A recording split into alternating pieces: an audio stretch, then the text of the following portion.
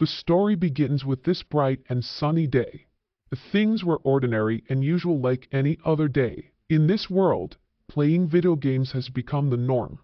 People were even going outside and meeting their friends just to trade or sell some items. And along with the other people that was going through their normal day was this day. Everything was normal until something happened. A bright blue light suddenly appeared in front of the huge crowd. This guy right here is our main protagonist. And he got this confused face as he looked at this bright light. An immense amount of pressure also came in along with the light. Everyone stopped what they were doing as they wondered if this was a kind of terrorist attack or an earthquake. Little did they know, this was the last peaceful day they were about to experience. The bright light enveloped the whole city. Our MC was still trying to block the blinding light that appeared in front of him. This continued until he noticed something. The road that he was about to cross was now gone. It has now become a cliff. Zooming out, the city looked like it was isolated from the other place. It was even placed on a pedestal. Our MC just stood there while staring at the edge of their city. And meanwhile, the other people that were trapped with him were still in shock. Some of them tried checking the signal of their phones, only to find out that they have no cell service. As for our MC, he was now thinking if this was a kind of dimensional transportation, or if they were teleported to another world. He even compared this to the novels and webtoons he had read. All of their attention was then shifted in front of them as a notification from what seemed to be a kind of system appeared. It was an announcement saying that a game has begun. It was asking everyone to throw their dice. Our MC then wondered what dice this system was talking about. But this announcement confirmed his theory that they were now inside a game. This lady then alerted everyone to look at the sky. She was pointing something. A huge box was now falling towards their direction. It was heading with an incredible amount of speed. This guy then thought that this was the dice that the game was talking about, and if the setting was zoomed out even more, this thing was really indeed a dice. And it has the usual numbers in it. After a few seconds, the dice settled down and it showed a number 3. The system then notified everyone that the pawn number 8 will now move 3 spaces. The whole city that was isolated from the rest of the world then started trembling. This was looking like a board game now. It was also revealed that for each space, there were icons that were printed on them. Some looked like shields, flags, and even a sword. The whole pedestal then moved and followed the 3 spaces that the system announced a while ago. The people that were trapped in this city then started to panic. They don't even have the slightest idea on what's gonna happen next. Meanwhile, our MC has this calm expression.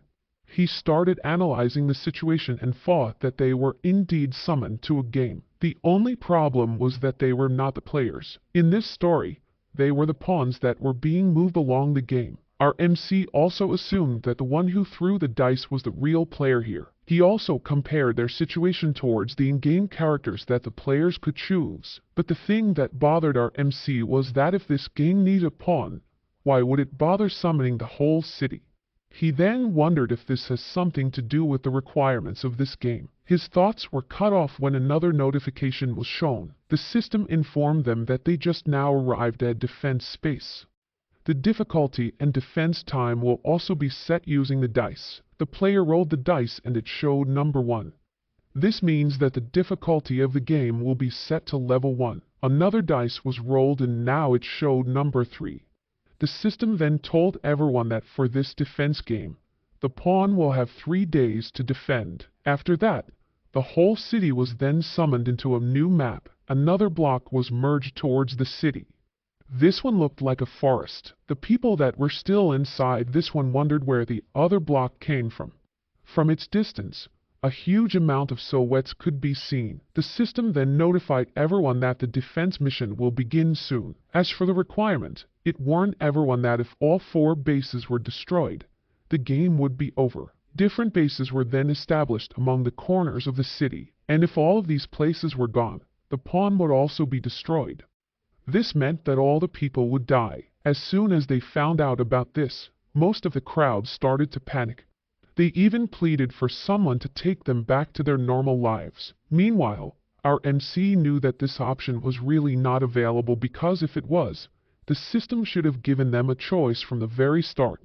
In his mind, he thought that the best thing they could do right now was to listen to what the system was telling them. Another announcement then appeared, and it informed everyone that it will now start providing the citizens with basic equipment. Something also came out from the notification.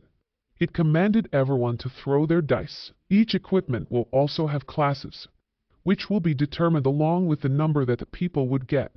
This dice also has up to 100 faces. Before our MC could roll his, the person beside him alerted everyone that something was approaching their direction. These were the said silhouettes a while ago, and by the looks of it, these ones didn't look like rescue teams. After a few seconds, it became evident that the ones that were running in their direction were monsters. The crowd then started running away.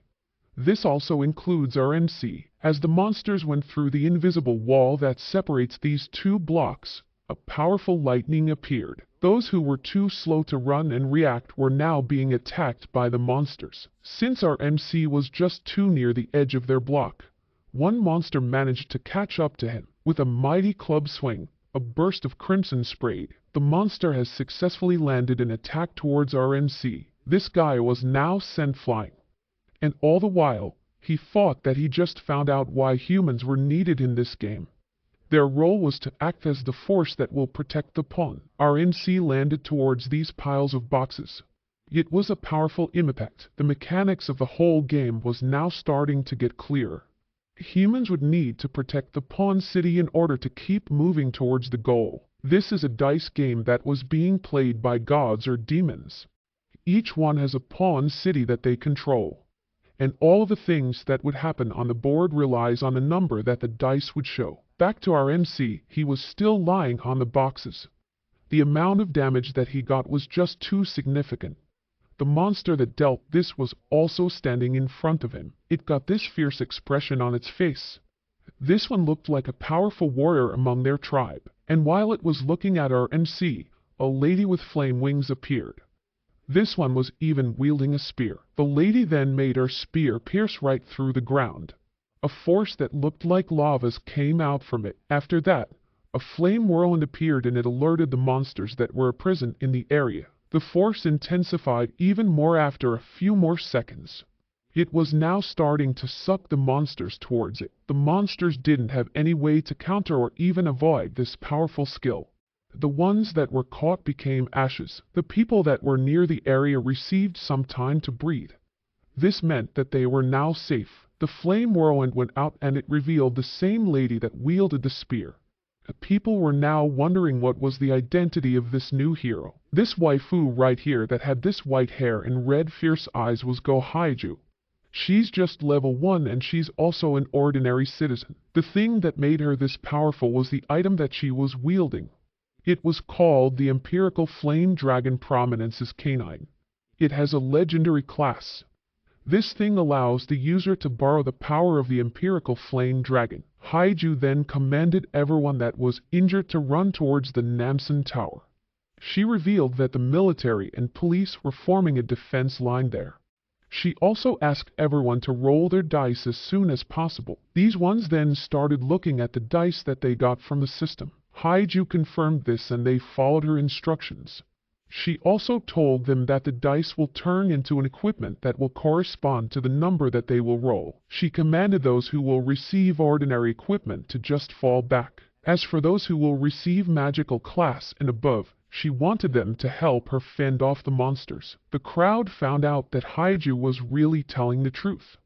Some of them got scythes, sickles, shields, and even maces. A new face of monsters was rushing towards the city, and Haiju stood right in the front lines to defeat these guys. One person among the crowd then told everyone to do what Haiju said. Those who have magical class and above equipment rushed through the monsters. This very same day marked the time when all of the humans lost their ordinary lives.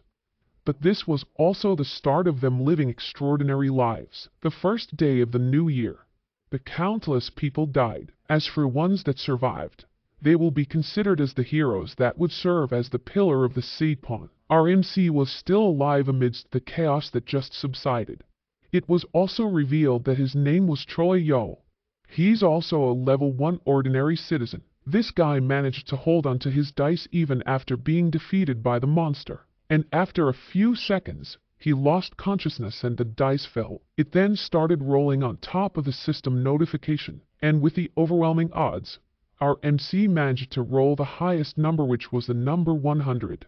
This right here was the start of his journey of becoming the strongest human in this pawn. The dice shines more brightly after a few seconds. It started to melt and it's now forming into a new piece of equipment. The one that our MC got was a mythical class magic textbook. It's called the Demon King of Sovereignty Krasina's book. This allows the user to use the library of the Demon King Krasina.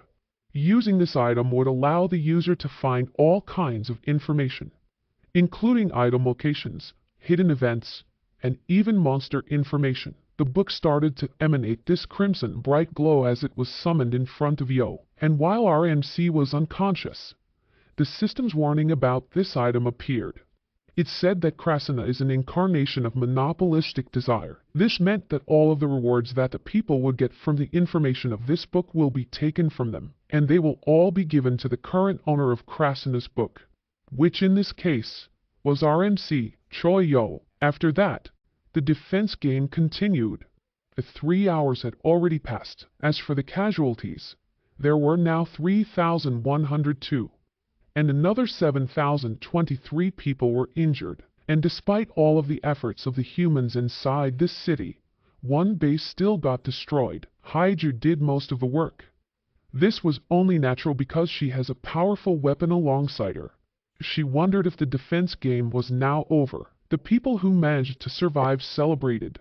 They also hailed her as a goddess that saved them. And while they were happy with this situation, an army truck came in and it got their attention. One person came out from the vehicle and introduced themselves as the Korean army. The soldiers then started moving out and their leader commanded his subordinates to get all the injured and the civilians in the truck. Their main goal was to evacuate them all to Namsan Tower. The leader of this group then went to Haiju and saluted in front of her. This one claimed that Haiju worked really hard again. This soldier right here is Kwon Yeom. He thanked Haiju for giving the army and the police enough time to organize and dispatch the needed forces to different places. The item that he got was called Helden's Helmet. This item is a hero rank helmet and its effect is it prevents the user from falling into a state of confusion, fear, or bewilderment. Haiju then asked Ying if the battle was already over. This one then responded that they were still not sure about the outcome as phone calls and the internet don't work at all. They have no other way of communicating towards the other troops. As for their temporary solution, the army established shortwave radios. This way, they could expect reports from each place. After explaining everything to Haiju, the soldier told her that they should go to Namsan Tower to seek shelter for now. But someone behind them shouted. The unknown voice told them not to go there. The one that said this was none other than our MC. He was now conscious and back on his feet. He was also holding the book that he got from the dice. He revealed that the game was not over yet. Even in his dire situation, Yo managed to inform them that the boss monster of this stage will be coming soon. He told them that the information was written in the book that he was holding now. He also claimed that it was all written in this book. Mission information, monster data, and the current progress of everything. RNC then showed them the book to back up his claims, but in Ying and Haiju's perspective, all they could see was a blank paper. This confused these two and thought that maybe the contents of this book could only be seen by this guy. Ying added that maybe this item was more of a data book. In the back of his mind, he knew that if all of this information were true, this item was very overpowered. To confirm what this guy in front of them was saying, Ying asked for more information. Our MC happily complied and opened more pages of the book. Yo started reading the information about Ying's item. He revealed that this helmet is one item of a 6-item set. Additionally, Yo also knew about some of his personal information like the number of days the soldier left until he gets discharged. After that, Yo turned his attention towards Haiju. He also knew about her weapon and to really convince them, Our MC revealed that this lady's favorite song to sing at karaoke is Chilled at Mountain. Hearing this embarrassing and unexpected information made Haiju blush. She then asked Yul to stop from reading the book. These two were now convinced that the things that were written on this item were all reliable and true. This also confirmed Ying's thoughts about it being a data book. He then remembered the first thing that Yul warned them about, and it was the boss monster that will come out soon. After confirming this information, Ying got his radio and was already about to inform the headquarters about this. And while this was all happening, someone was in deep thought. This one wondered if he could now be considered as a bug character inside the game. He claimed that the world's problems were all too easy for him. This one also thought that this may also be the reason why the world made him like this. It was as if the operator of this game found a bug and isolated from the rest of the program. This one then thought of something he would do if he could get the chance to go out into the world. This scene was then cut off suddenly. The next thing we knew was that Yul's attention was being called out by someone.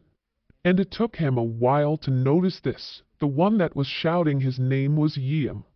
This soldier informed our MC that he received permission from the headquarters to carry out their plan. The truth is, this move was a really huge gamble for the army because it might cost a lot of lives. But since they really didn't have another plan nor any time to spare, they decided to trust Yul's data. The radio that Yeom was holding was then given to our MC.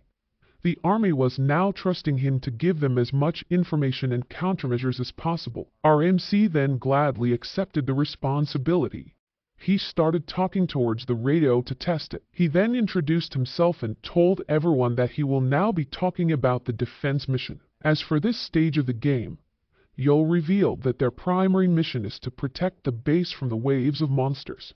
The waves will come every 6 hours, and at the end of each wave, there will be a boss monster. This time, the boss monster that appeared was called Twin-Headed Ogre. Its difficulty was at level 1. This creature could use a close combat and magic at the same time. Yul emphasized that they would win if they could protect the base 4 times a day, and that was 12 times in 3 days. He also informed everyone about the information that he got right now. Yul claimed that they could use everything and strategize together. As for the other people who couldn't fight, they would be focusing towards the rescue operation. This way, they could ensure everyone's safety and survival. Our MC also told everyone that after this fight, he would also use the book to look for some ways how they could go back to their world. This statement got the attention of Haiju. White-haired waifu got speechless upon hearing our MC. She was kinda amazed because Yul was not just thinking about this mission but even what will happen afterwards too. After giving the initial information, our MC took a deep breath to prepare himself for what he was about to do. This person right here was now determined to lead everyone so they could win this game. This was also the start of him proving himself. The only problem with him doing this was the effect of Krasina's book. Our MC thought that he should have double-checked everything first. The warning about this item was given to him by the system while he was unconscious, and while he was busy giving everyone commands and directions on what they should do, the Demon King that was inside was also busy writing the names of the people who were receiving the information. This includes Haiju and Yeom. The book was about to monopolize all of the rewards of those with whom the information was shared, and the scope of the term being shared includes everything. The book was now collecting more and more names. The requirement doesn't just include the people who heard the information directly from Yul. It also includes all the people who hear from others, hear rumors, and such. The names kept piling up. And that was because the information on how to defeat monsters was being passed on by one person to another. These 3 also did their best fending off the smaller monsters. Their role towards this defense game was just too great, and after a few more seconds, the boss monster of this wave has finally appeared. The ogre was even wielding this powerful sword. Yul then commanded Yeong to start firing. This was to distract the boss monster. The attack was becoming more effective because our MC kept on providing the weakness of this one, and after a few, the boss monster stopped moving. This was a cue that Yul was waiting for. He then told Haiju some things. In a blink of an eye, This lady vanished from her position. The next thing we knew was that she was already rushing towards the ogre with this powerful flame attack. This was more than enough to cut the ogre in half. Haiju was also able to exude more power that it even turned her hair red. Haiju was taken aback when she realized what just happened. She started looking at the transformation she just got. Aside from her hair turning into the color of the flames, she also got more powerful. Yo then gave her a thumbs up as she just defeated the boss monster. Ying also did his job to inform everyone that the first wave was over. Haiju smiled and gave the thumbs up back to our MC. Little did they know, something was happening. Krasna was busy doing his role. The Demon King of Sovereignty was about to collect everything. The greedy being that was in deep slumber was about to be woken up. The total population that this pawn city has was around 193,256. And the recorded sacrifices of sovereignty that used the information that the book provided were around 176,542. This marked the beginning of Yul carrying a heavy burden, as a staggering 91% of the population was classified as sacrifices in just one day. And this would continue until the last day of the game. The intense battle that the first wave did towards the 8th pawn resonated throughout the area. A defense mission is kind of like a defense game. Monsters would keep on attacking the area until the time runs out, and as they move toward the bases, the players would produce forces to stop these ones. More and more waves kept on coming into the city.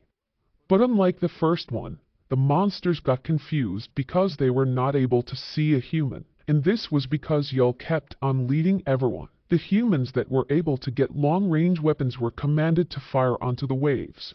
This has been really effective because it covers a wide area, and while their weapons were in cooldown, another set of attackers would take their place. This kind of tactic proved to be really useful against monsters that were not intelligent. The remaining monsters that managed to survive were then faced by the soldiers. Most of them were lured up to the direction that Yul wanted them to be, and when they were split up, the close-range humans were there waiting. These monsters were then given their final fate, and this seemed to be a piece of cake for these ones who got higher-grade weapons. The 8th Pawn City's backbone was really this guy right here.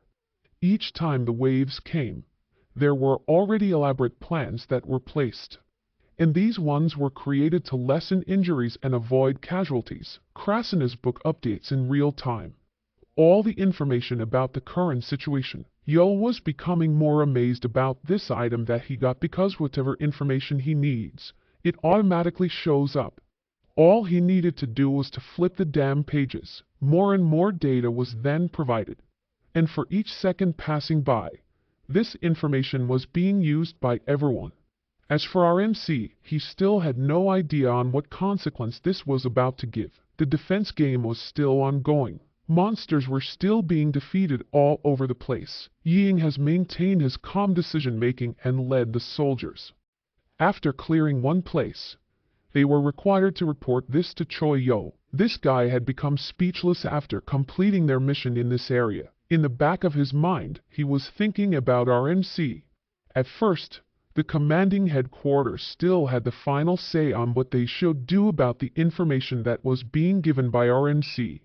But as the situation progressed, Yo became more like their official commander. Ying still kept quiet and didn't bother talking to anyone about this. All he knew was that Yul told them that there's only data in the book. But what amazes him was if Yul also had the natural ability to lead everyone and command over the entire city. He also wondered if the book was also behind this amazing ability to lead. His train of thoughts were then cut off as our MC got his attention. Yul smiled and told him that it's almost over now. Ying then asked our MC if the last boss monster was already coming. Our MC confirmed this but still assured him to not worry. And this statement confused the soldier. Yul then revealed that the one that will end this fight in one go was Haiju, which was currently sleeping at the back of this truck. This powerful waifu then woke up after a few hours, and by the time she opened her eyes, a gigantic rock monster was already in front of her.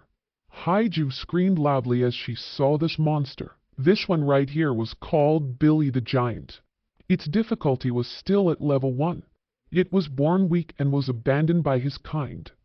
Even though it was large, it was still lacking in combat power. Yeol and Yeung greeted our sleeping beauty as soon as she regained herself. Yeung claimed that her timing was just perfect because they were about to run out of flares that were used to lure and distract this monster. Even though the description for this boss monster tells Yeol that it still lacks power, its attacks were still more than enough to crash anything. Haiju was taken aback as she realized the power that this boss monster has. Yeol then told her that this was the main reason they lured this one away from the city. With just one single strike, it could destroy the bases in one go. The only thing that humans have advantage against this boss monster was that it was just too slow, and it has no resistance against any element. Yeol revealed that they could win against it if they could just focus all of their attacks on this one. Haiju heard this statement and wondered why there were only the three of them here now against this boss monster. Our main character then informed her that all they required was Haiju's power, leaving waifu in a state of astonishment. And while she was still wondering what our MC meant, Billy the Giant was slowly approaching their direction. This one knew that she didn't have much time to panic, so she wielded her weapon and asked Yeol for some instructions on how to defeat this one. Our MC then told her that after the items with heroic rank and above, there's this hidden feature, and if someone could fulfill the requirements, the item could transform or a hidden skill will be activated. This was the first time Haiju and Ying found out about this feature, and they got really interested. Yeol also confidently revealed that the book also revealed the requirement for each item. After a while, Haiju was already positioned in the middle of the fields. She was ready to battle Billy the Giant. Before she proceeds, she asked someone one more time if he was really sure about this information. Her question was for Yeol, and he told her to just trust him and the book. Haiju then raised the spear that she was holding while thinking that she still didn't feel good about this. But this one really had no other choice because she trusted Yeol. In an instant, Haiju pierced herself right through using the spear. And while she just wounded herself, Billy the Giant appeared right in front of her and was about to deliver a devastating strike. But before this boss monster could finish its attack, a huge flaming dragon appeared in front of it. The system then notified the Haiju that the hidden skill of Prominence's canine was now activating. Yeol and Yeung could only stare at this amazing scene in front of them. The huge silhouette of this flame dragon then started gathering flames on its mouth. Turns out, the hidden skill would allow Haiju to summon the flame dragon once per mission. And right now, it was standing in front of this giant that looked like a little kid. The huge ball of flames was then casted towards Billy the Giant, and the force that it created destroyed everything that it touched. It also made this huge explosion as soon as it landed towards the boss monster. Ying then figured that Yeol planned this thing all along. If the attack of the flame dragon was casted near the city, it would have destroyed everything. But there's still one more thing that was more dangerous than that skill, and that was Choi Yeol's book. Our MC then quickly approached Haiju to check her, but he ended up telling her that she was hot, literally and figuratively. Meanwhile, Ying was still thinking about Yeol's book. He thought that the information that was written on it was just too much. If used wrong, it could lead to the downfall of the sea. And while these two in front of him were helping each other, this soldier was just glad that this book came in possession to someone with a good heart. After defeating the final boss, humanity was then transported back to one area. The system also informed them that they just completed the defense mission. People started celebrating. It was also announced that rewards will be given to all surviving citizens. All of them got 300 PTS for clearing the mission, but it was deducted by 25% because they lost one base. As for the individual reward, each would receive something based on their contribution rate. A point shop was also opened in front of the people.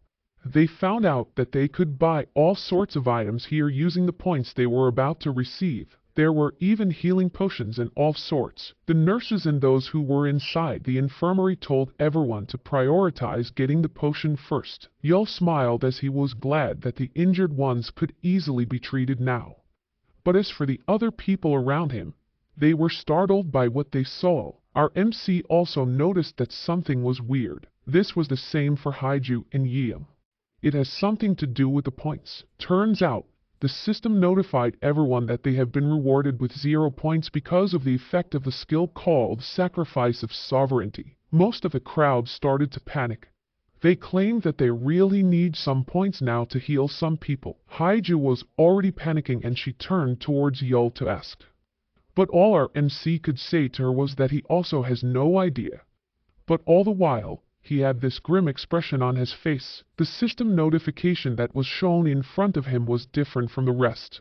It was the skill Sacrifice of Sovereignty.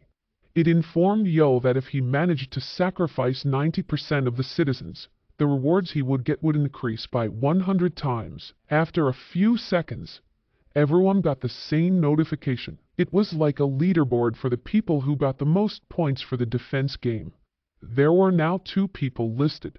These ones managed to survive on their own and didn't get Yul's information. But as for the top one that got most of the points, the system announced that it was Choi Yul. Our MC just got a whopping 9,968,844,850 points. Everyone was shocked when they saw this announcement. They were all speechless at first, but all of their faces turned into a grim one as they realized something. The people started rushing towards Yul and claimed that he stole their points. Some of them were even begging for a few points just to buy healing potions. Haiju and Ying tried stopping everyone from reaching Yul. Our MC tried stating his side and told everyone that he had no idea about this thing and he was not aware about this feature. Ying then intervened and told him to calm down.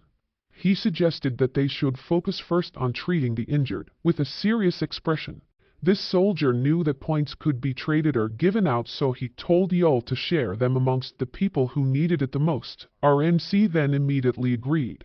He didn't want others to think that he did steal the points on purpose. And while Yul was already trying to give back the points, a system notification appeared and it showed the passive skill of his item.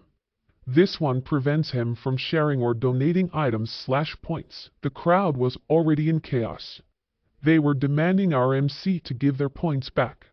But all the while, Yul was not able to do anything. He even tried buying some potions then giving them to the people, but the passive skill prevented him. Yul got annoyed and frustrated to the point that he even threw the book to the ground. Things were not making any sense. Haiju even helped on destroying it using her flaming spear. Yul thought that by doing this, the effect of the item would be gone, but that was not clearly the case. The book was slowly regaining its form. Our MC then started thrashing around the area. All he ever wanted was to survive this game, but now he was about to get condemned for this situation. He was even hearing the cries of the people near him. Some of them were just begging for 10 points to heal their loved ones. All the people were now blaming our MC for this unfortunate event.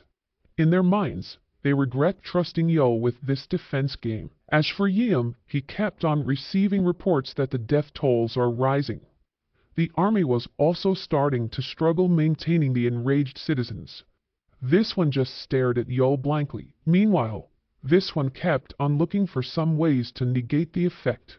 He hoped that the book would also provide this kind of information. Yul froze in place when he sensed the presence of something pointed at his head. It turned out to be a gun. This move was from Yeom. He claimed that this madness should be enough now and told our MC that what he was about to do now was for the best. And since he got no response from Yul, Ying repeated his words. He revealed that Choi Yul was now under arrest. The crowd that was near them heard this and they were not satisfied. They even wanted to take care of things in their own hands. Haiju was the one who tried to stop them. Ying then moved closer to our MC and whispered something. He told Yul to run away and find some ways to fix all of this. He claimed that this was the best move they got right now. Yul was stunned hearing this suggestion. He clenched his fists as he knew that Yeom was right. The crowd was starting to become more violent. And in a few more seconds, they will be able to reach him.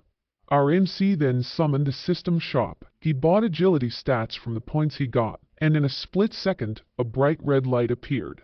Yul has finally fled the area. This move then enraged the people more. After that, The whole area was filled with notification sounds. All the people received another announcement that the next turn of the player that was assigned to this city pawn was around 24 hours from now. Worries and panic got evident on their faces. They didn't expect it to be this soon. Ying didn't waste any more time and led all of the crowd to a more safe area. And while all of the people were now busy evacuating, Haiju was just left there standing. She was still thinking about what just happened to Yo and to all the points that he got. After a few hours, the crowd calmed down.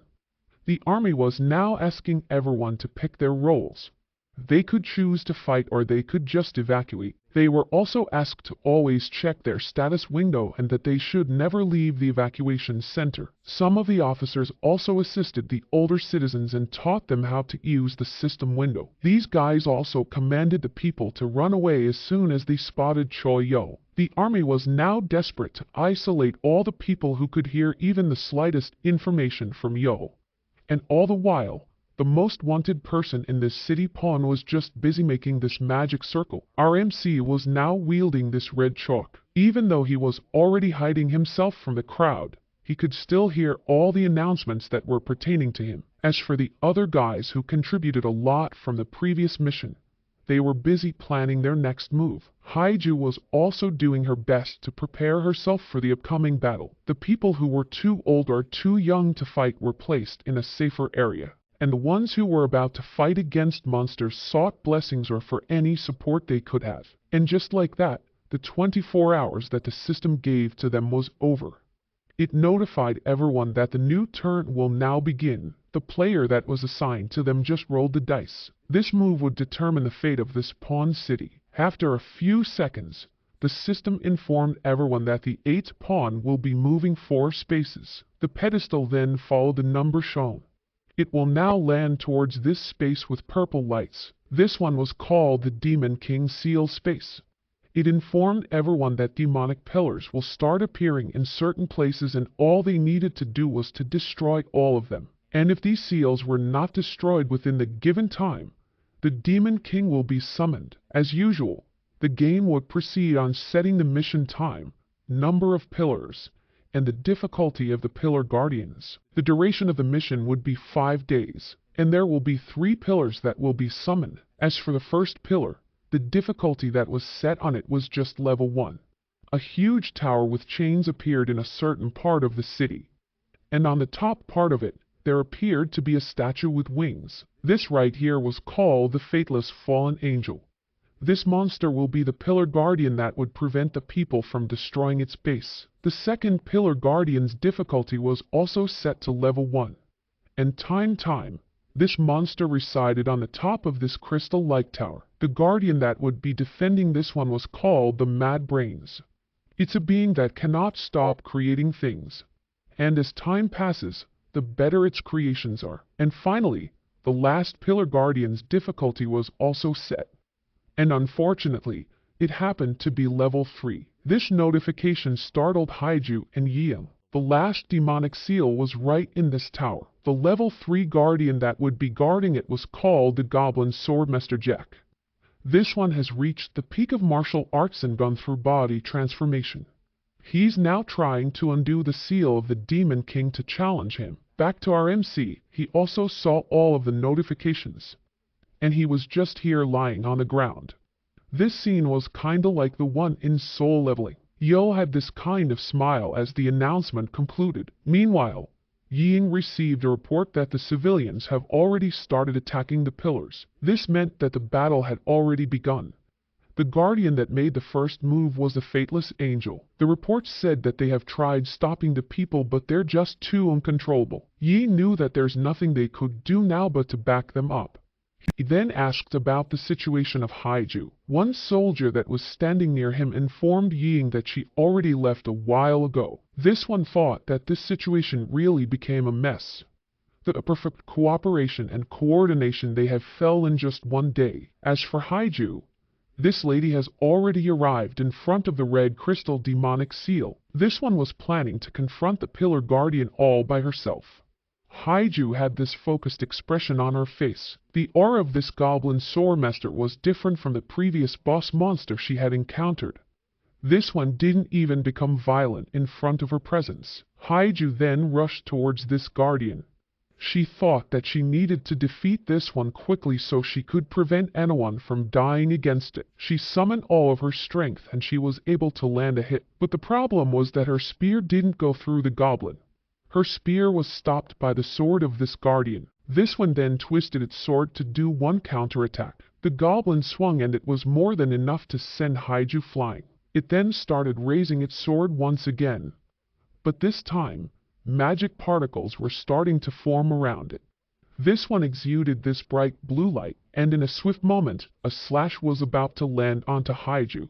Her eyes widened because she was not even able to react against it. The whole area was then enveloped with the blue aura from the slash of the goblin. This should have ended their encounter, but then, the goblin saw something that caught its attention. Someone also came in front of its demonic tower seal, and this person was none other than Choi Yo.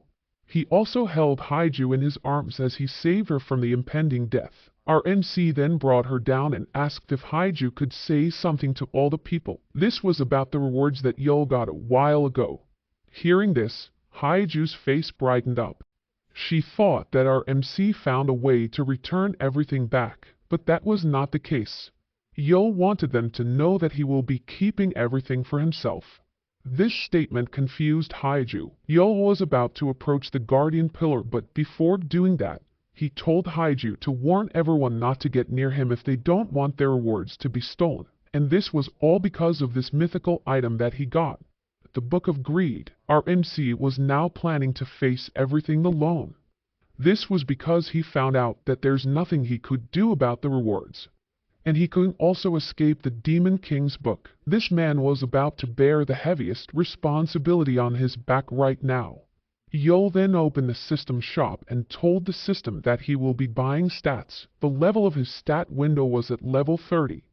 And each of these points were allotted towards the agility one. And since he got all the points he would need to buy everything, he told the system to max out all of his stats. Haiju was then shocked to see multiple notifications that appeared on her status window. All the people who saw these ones got annoyed and felt bitter.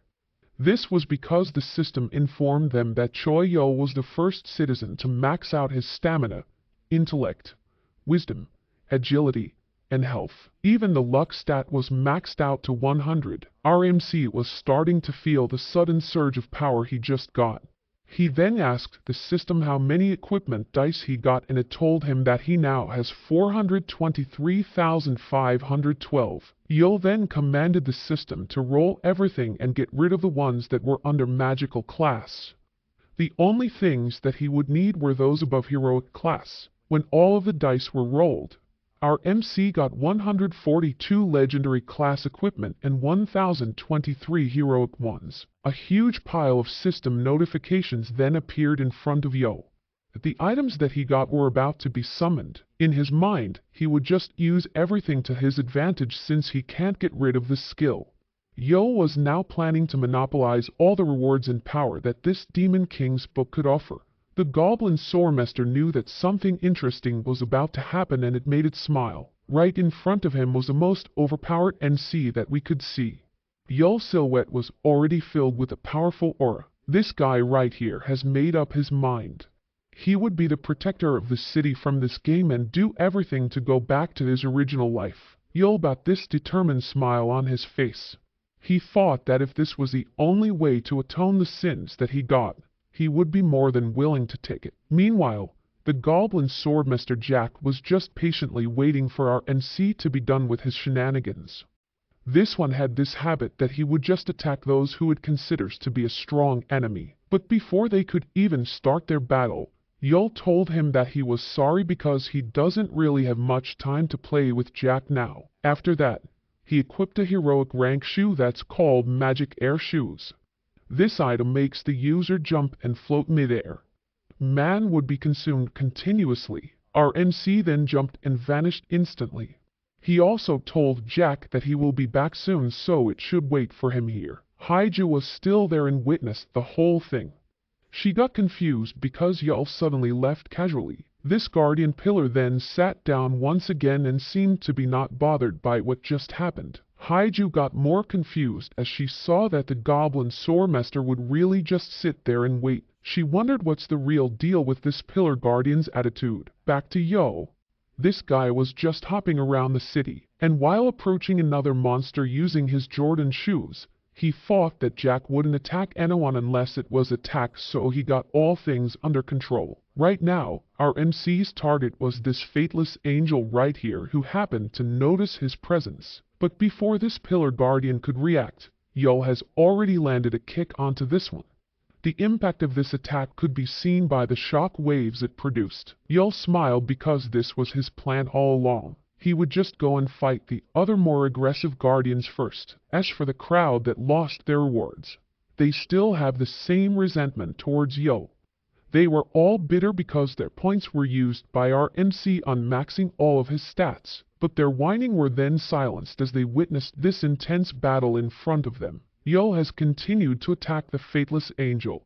This guardian also has a unique trait that will be unlocked after fulfilling a certain condition. The book has also provided our MC the strengths and weaknesses of this one. While fighting the guardian, Yo thought that he should prevent the unique trait from activating, as it will really be a huge mess to deal with. And since this one was practically fighting a maxed stat character, it was already being overwhelmed. The unique trait that this faithless angel has was that if this one killed 100 humans, it would transform, and its next form would be more than enough to destroy the whole city. From being a faithless angel, it would be the slaughterer of all mankind. Before this thing could become stronger, Yo was determined to end this one now. Our MC swung his sword and its slashes were able to sever the wings of the monster. This guy wanted to get rid of the ones that have traits that would cause more trouble in the future. The faithless angel was now falling to the ground.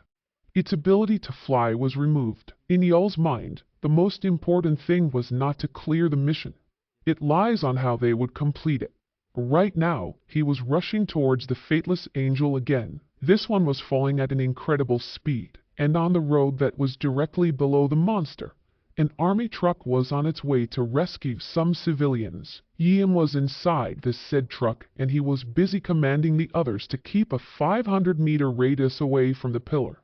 He wanted to know first what Yo's real intention was in taking on the Guardian. He wondered if that guy has finally found a way to give back their points, or if he has decided to keep them all to himself. This guy recalled the facial expression that Yo showed when they were in panic, and he thought that our MC didn't look like a bad guy. He also considered the fact that Yo was incredibly intelligent, and someone having the same power could even dominate the entire city if he wanted to. But right now, this one was busy defeating another guardian. This was the same for Haiju, who had been really uncontrollable as well.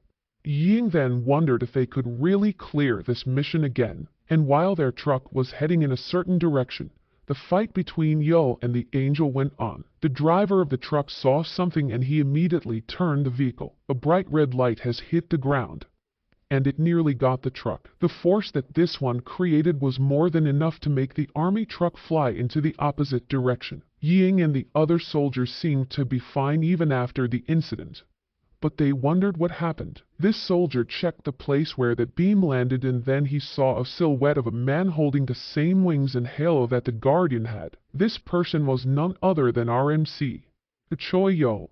He was now standing on top of the Guardian, and it seemed like he had defeated it. The sword that Yo used was called the Divine Divide. It's a legendary class sword.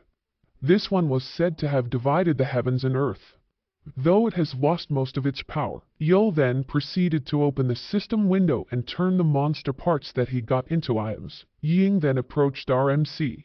He told him that he was surprised because he single-handedly defeated a guardian, but this guy didn't reply to what the soldier had said.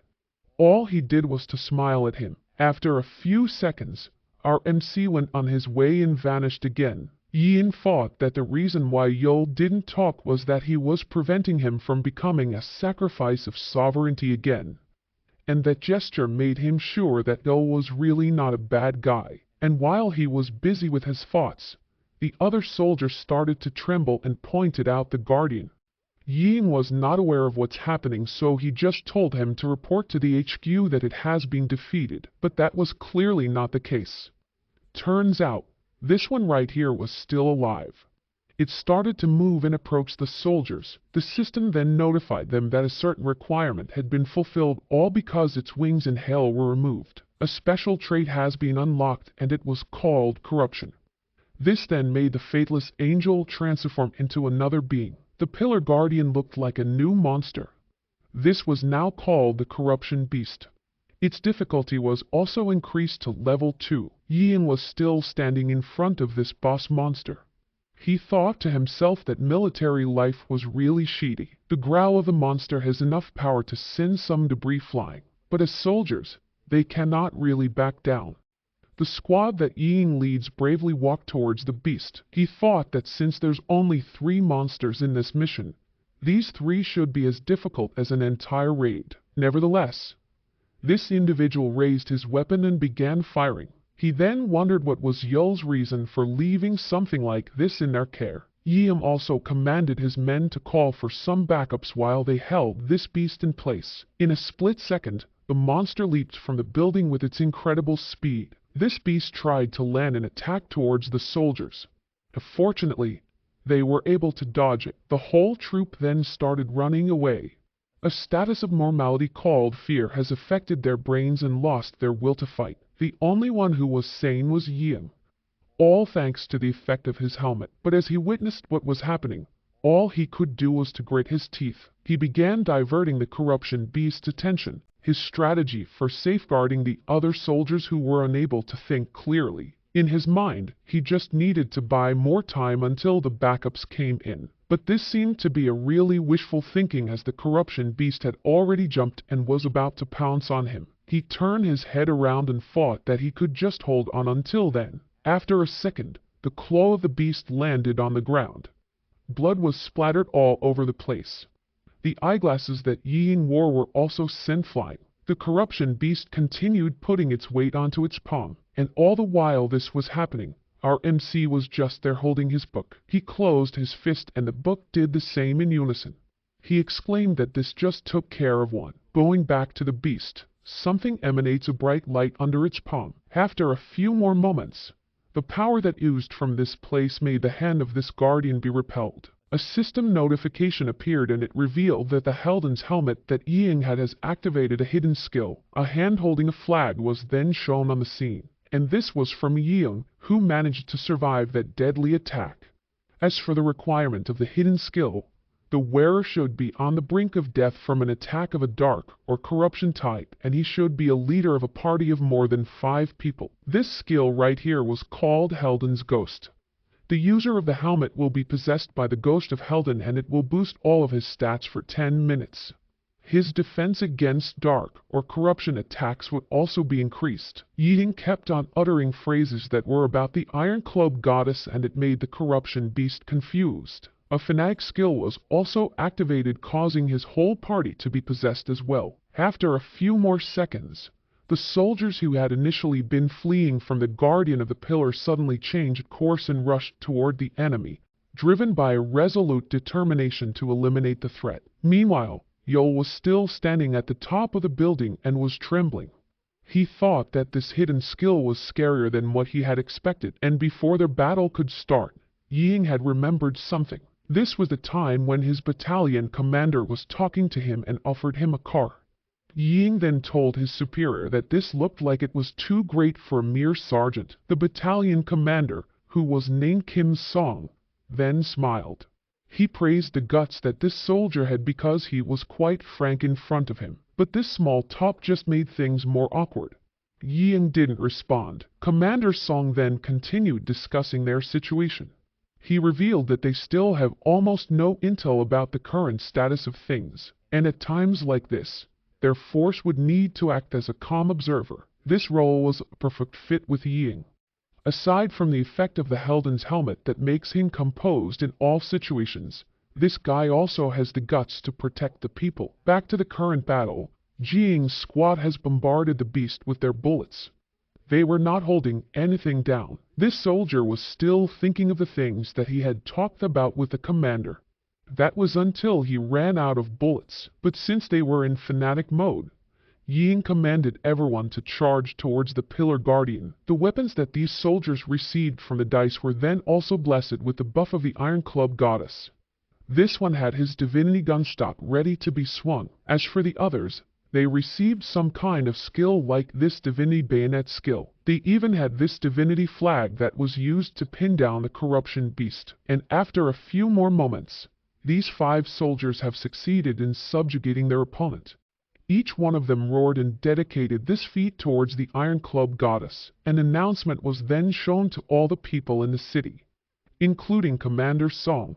He found out that the leader of the party that defeated the corruption beast was Quan Yim. He then thought to himself that he really had a great eye on finding potential towards people. As for our overpowered MC, he had this huge smile as he thought that he was really right. All he needed to do was to drain most of the Guardian's stamina and then make Ying's squad finish the rest. This guy also noted that even if the Guardians were to transform into a new form, their stamina would stay the same. He also figured that when monsters transform, the contribution of the previous damage dealer would also be reset, just like what he did when he fought this Guardian when it was still in its fateless angel form. This information proved to be useful because this made Yeung's squad as the biggest contributor for the defeat of the beast. They would also get more rewards now. Our MC then turned his attention and asked someone what he thought about this plan that he just conducted. The one that he was talking to was Jack, the Goblin Swordmaster. This one had this confused look because this was the first time a human was really having a conversation with him. Yo then told Jack that it makes him a little frustrated to find out that this Guardian was not able to communicate, but he was still glad that someone could listen to his stories. Our MC continued talking to Jack until they came to the point where he asked the Goblin if it wanted to make a bet. Choi Yo just made a bold statement that if he wins against all the Guardians, he would even break the Demon King's seal. This statement bore an intense pressure. Someone couldn't just claim something he couldn't do. But for this goblin, he felt like this was possible. Meanwhile, a flaming spear was busy being swung in another place on the map. The slashes it executed landed perfectly on the anti-human machine with a level 1 difficulty, causing significant damage. This flame dragon goddess just went through a bunch of these machines and defeated them in an instant. Haiju went there after she received a rescue call, but her stamina was already running out. She also wondered if there's really no end to this battle. More and more machines kept on appearing. On top of that, these ones kept on receiving some kind of upgrades as time passed by. Haiju was already thinking of ending this fight before things got more dangerous, but the problem was the speed of production of this Guardian Pillar. She then commanded everyone that was near her to retreat for now, but these beaches were not listening. They thought that she just wanted to keep all the rewards to herself. People continued to rush towards the machines. Most of them were already desperate because they needed some points to buy potions to heal their loved ones. Among these said people were these 2 who were hiding behind the tower. They both positioned themselves in a perfect spot and readied their crossbows. These ones have a set effect that increases their damage according to the people who were wielding the same gear. But before they could release their attacks, the head of the Mad Brain Guardian turned around towards their direction. This caught them off guard and froze on their position. A powerful ray of beam was then shot towards these ones. Luckily, Haiju came at the right time and was able to deflect the attack using her legendary spear. But since the power of the beam was just too much, it was evident that Haiju was already struggling. A huge explosion was then seen along the area after a few seconds. Haiju was also revealed to be badly injured. The clothes this one was wearing were even burned from the attack. She then maintained her composure and was about to tell these ones to start running. But as she turned her head, she found out that they were already on their way. They were even crying for help. This lightened up the situation and it made Haiju laugh for a bit. And while this was all happening, Mad Brains has already fixed its gaze on Haiju. This Pillar Guardian had already started analyzing Haiju. This includes her status, user level, attack patterns, and other analysis. As soon as it was done, Mad Brains moved once again. And this time, a new machine was being created. This right here is intended to counter her. Haiju noticed this and thought that she needed to stop the machine at all costs. But Mad Brains knew what she was about to do, so it alerted all the other machines that had been deployed, and after a few seconds, they all rushed towards Haiju's direction. This tactic then made this lady occupied by deflecting all the attacks that were being thrown at her, but this didn't make her panic. She even thought that this was a perfect opportunity. She then released more of her power again and made her eyes and hair turn red. That short interaction was utilized by Haiju as all the machines had gathered near her. A powerful flame attack was casted once again. Haiju managed to defeat every single one of the machines in one go, and while she was at it, she asked everyone who were still near the place to start evacuating as soon as possible. After that, she threw her spear towards the skies. All the people near her knew that a powerful attack was about to happen as her spear was now heading towards the monster, so they ran for their lives. The flames from the spear grew more powerful for each second it was traveling. It was sent to land on Mad Brains, and in a blink of an eye, a blinding explosion was seen along the area. This was just too powerful. The crowd that was running away from the tower were even sent flying from the shockwave it created. As for Haiju, she saw something interesting that made her let out an ironic laugh. In front of her was a powerful shield that has deflected her all-out attack. The tower and the Pillar Guardian didn't even have a scratch on them. A machine that was also flying inside the shield could also be seen. This new and upgraded type of machine was called AGM. It stands for Anti-Go Haiju Machine. AGM was resistant to fire and it was equipped with Dragon Slayer weapons. It will also be focused on detecting and chasing Haiju. This lady's eyes widened as she realized something. The machine that she just saw inside the shield has already made its way beside her. Instinctively, Haiju raised her spear to block any attack that this new opponent would do, and that was just spot on. AGM landed a strike, and the power behind this one was enough to send a guarded Haiju. This lady was already losing consciousness from the damage she received and from the exhaustion of fending off the monsters. But before she passed out, this was the scene that she saw. A familiar figure just emerged and it was already on top of the Pillar Guardian. A red streak of slash was performed, and it was almost lethally accurate. Haiju then realized that this man right here was Troy Yo. And right now, our MC was already holding the head of Mad Brains. She was wondering what just happened, but her line of sight was getting more blurry. After a few seconds, a powerful beam was sent to Haiju's position. This attack came from AGM because after all, this machine's role was to defeat Haiju. But as it approached the place where this lady fell, all that it saw was a patch of blood. Its system then alerted AGM that its target was missing, and it immediately activated its tracing senses. Meanwhile, this Pillar Guardian has already lost its head. The wires on its body were already malfunctioning. But then, something happened.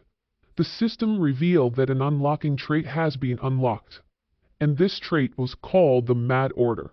It will now repeatedly craft the last machine it has created, and the manufacturing speed and amount produced will be doubled. And in a few moments, the whole area was already flooding with these machines. The production would never stop unless the main unit was destroyed. Meanwhile, our MC was just chilling while looking at the seal of the Demon King. This guy was lost in his thoughts. He was now thinking that the tower took longer to take down than he had expected, and it resulted in more people hiding in fear. As for the first tower, the crowd were still trying their best to destroy it. Even though they were already pouring a lot of their powers on hitting this thing, it was just too sturdy. In the second one, more chaos has started. Since there were now more unstoppable machines flooding the area, the crowd struggled even more. These guys were just trying to buy more time now. Fortunately, the backups have arrived. 3 army trucks appeared behind them. Yo was still observing everything. He thought that he could just end and defeat all of the towers easily, but it would be meaningless. Our MC knew that if he really wanted for this city to survive, something different should be done. In his mind, the whole city needs to become stronger, and his plan had already started with Yeom. This guy right here will be the one who would eventually become the capable commander that Yo was waiting for. And as for this lady right here, She will be the champion unit that would lead everyone to victory. After a few moments, Haiju woke up. She wondered if she was still alive. She then started to get back up while asking the one near her if this one saved her. But this lady was not able to finish what she was saying as the individual near her revealed to be Jack, the Goblin Swordmaster. Haiju took a few steps back, clearly caught off guard by the scene. Jack, on the other hand, let out a sigh and told the individual in question to be quiet. After realizing that she was indeed safe, Haiju apologized. But she freaked out again as soon as she realized that the goblin just talked. Jack then informed her that he was the one who treated her wounds, and that they should start right away as they didn't have much time. Haiju wondered what he was talking about. This swordmaster then pointed his sword towards Haiju. He revealed that Choi Yo asked him to train this lady with his swordsmanship.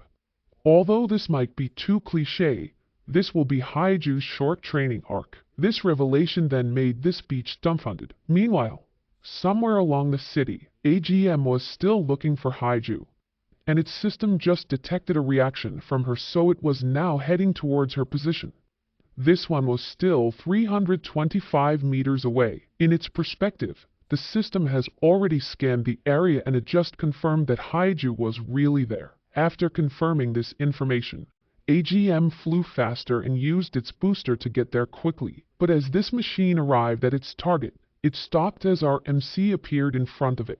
Yo was now holding the fist of AGM while laughing. He revealed that he just fooled this one again. Our MC was now holding the item Mad Linked Brain on his left hand. This item has the ability to confuse machines and it could disarm traps and devices 5 times per mission. This was also the reason why AGM missed the real location of Haiju. It had been making its system think that the target was in another place. Yol continued to travel in different locations to lure the machine. AGM had enough of this, so it decided to just launch a powerful beam, and it landed on the building. The attack even managed to pierce through the other side. While the fight between Yol and AGM was happening, the crowd that was assigned to destroy the first tower were also busy. All of a sudden, the beam that AGM released just went through the same location of the first tower, and just being grazed from that beam, the tower had already been crumbling down. Turns out, Yol had planned this all along. He directed the attack of AGM towards that direction. He then turned his attention back to this machine and thanked it for solving another problem for him. This easy-go-lucky expression annoyed AGM even more, and all the while, the sound of weapons clashing could be heard in this area. This sound was coming from Haiju and Jack. Their training session has already started. While Haiju was deflecting the attacks, Jack was instructing her ways on how she could use her power properly. This lady has really paid attention and followed each command that Jack would tell her to do. Right now, the innate power of the flame dragon has been used. Haiju rushed towards Jack once again and attempted to land a strike. But this goblin swordmaster then reminded her something. He told Haiju that the power she had been using was not hers, and overdoing it could hurt her. So, rather than borrowing too much power blindly, she should just use the amount of power she could handle. Jack revealed that the power must not wield her. She should be the one wielding it. Haiju listened to all of these teachings and took notes from them, and from this day onward, this lady would become a more powerful warrior. After some time, Haiju's pants could be heard along the third tower. This lady was still catching her breath from the training she just went through. She also found out about the bet that Yo and Jack had of her being able to defeat the robot. Haiju's expression became more serious as she asked her master if this was really possible. But Jack did not give her any reply. This lady then thought that Jack being silent at this point was not helping her being encouraged at all. Jack then spoke and he asked her the reason why she had let him teach her. He wanted to know if it was because she trusts Choi Yo or just because she wanted to become stronger. Haiju got up and then answered that she didn't know either. All she knew was that this game that they were in now has a lot of upcoming missions, and full of stuff that she doesn't know. She was also not smart enough to find answers on her own, so the best thing she could do now was to train her body and see what lies in the future. With this captivating expression, Haiju revealed that that's how she had always lived her life. This simple yet bold statement then made Jack smile. He thought that Haiju was being used by Yo, but that was not the case. This lady right here was actually a true martial artist walking her own path. Haiju bowed and thanked Jack for teaching her. The idea of finding this genuine student made Jack smile once more. He then asked Haiju if they should now start getting serious with their training. 3 days later, inside this train station, lots of people had sought shelter in this place. Most of them were wounded from the ongoing fight above. These guys were even panicking and were torn between helping those who were still fighting or if they should just hide inside this place. Most of their concerns were about the contribution points they were about to receive if they managed to clear the stage. But their conversations were cut off as the ceiling above them trembled. Something has destroyed it and landed through the station. This one even had this blinding light. It was none other than the robot that had been looking for Haiju. AGM finally discovered the hideout of humans. This one then started scanning all of the people in front of it, and when it sensed even just a little bit of something that could be related to Haiju, it immediately released a powerful beam. AGM detected that his target was moving, so it had released lots of attacks to follow it up. The only problem was that this place was filled with injured people. Some of them might get hurt and accidentally be hit by these beams. A few moments later, its system concluded that it had already hit the target, so it stopped attacking. But as it scanned the surroundings further, all it saw was the head of Mad Brains lying on the ground. This alerted AGM once again, and before it could start with its desperate search, someone also came in from the hole that it created. The system also confirmed that it detected Haiju's signal. The crowd then wondered who this individual might be. AGM has turned its attention towards the one that just arrived, and there she is. Haiju has finally shown herself. But something was noticeably different. She had this new outfit now, and the aura she was emitting was definitely more powerful. Some of the crowd even thought that she was an angel. Before coming to this place, the system has confirmed that Haiju has unlocked a special event. She officially became Jack's disciple, and it made her inherit his martial arts. As a reward, an equipment that was ranked heroic class or higher would be given to her. She also earned a new skill called Swordmaster Student. This right here was the improved version of our waifu. The item that she got was called Illusion Ember. This one has a heroic class, and it was the armor of the best swordsman named Larny. The user would also receive a significant increase in defense power. And while Haiju made this amazing entrance, Yul and Jack were just on top of the place watching. These two were now talking about the odds of Haiju winning against a robot that was built to counter her whole existence. Jack revealed that this would be a 50-50 fight. This goblin claimed that the one in front of Haiju was her natural enemy.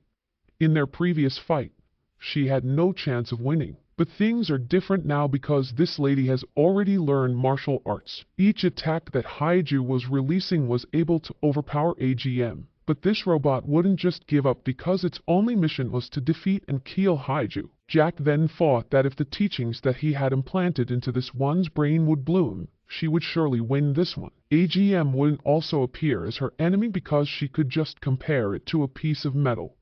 Haiju was finally serious, and she used her passive skill. A little recap of what had been happening all over the map.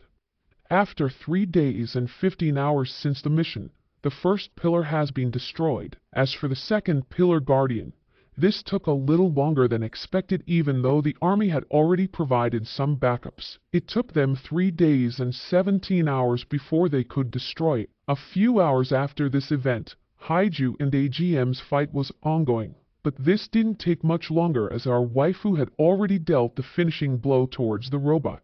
The system also confirmed that this special monster had been defeated. Seeing this, the crowd got more wary about their situation. On the 4th day, Yi noticed someone that was coming near him. This individual had this silhouette that seemed to be holding a spear weapon.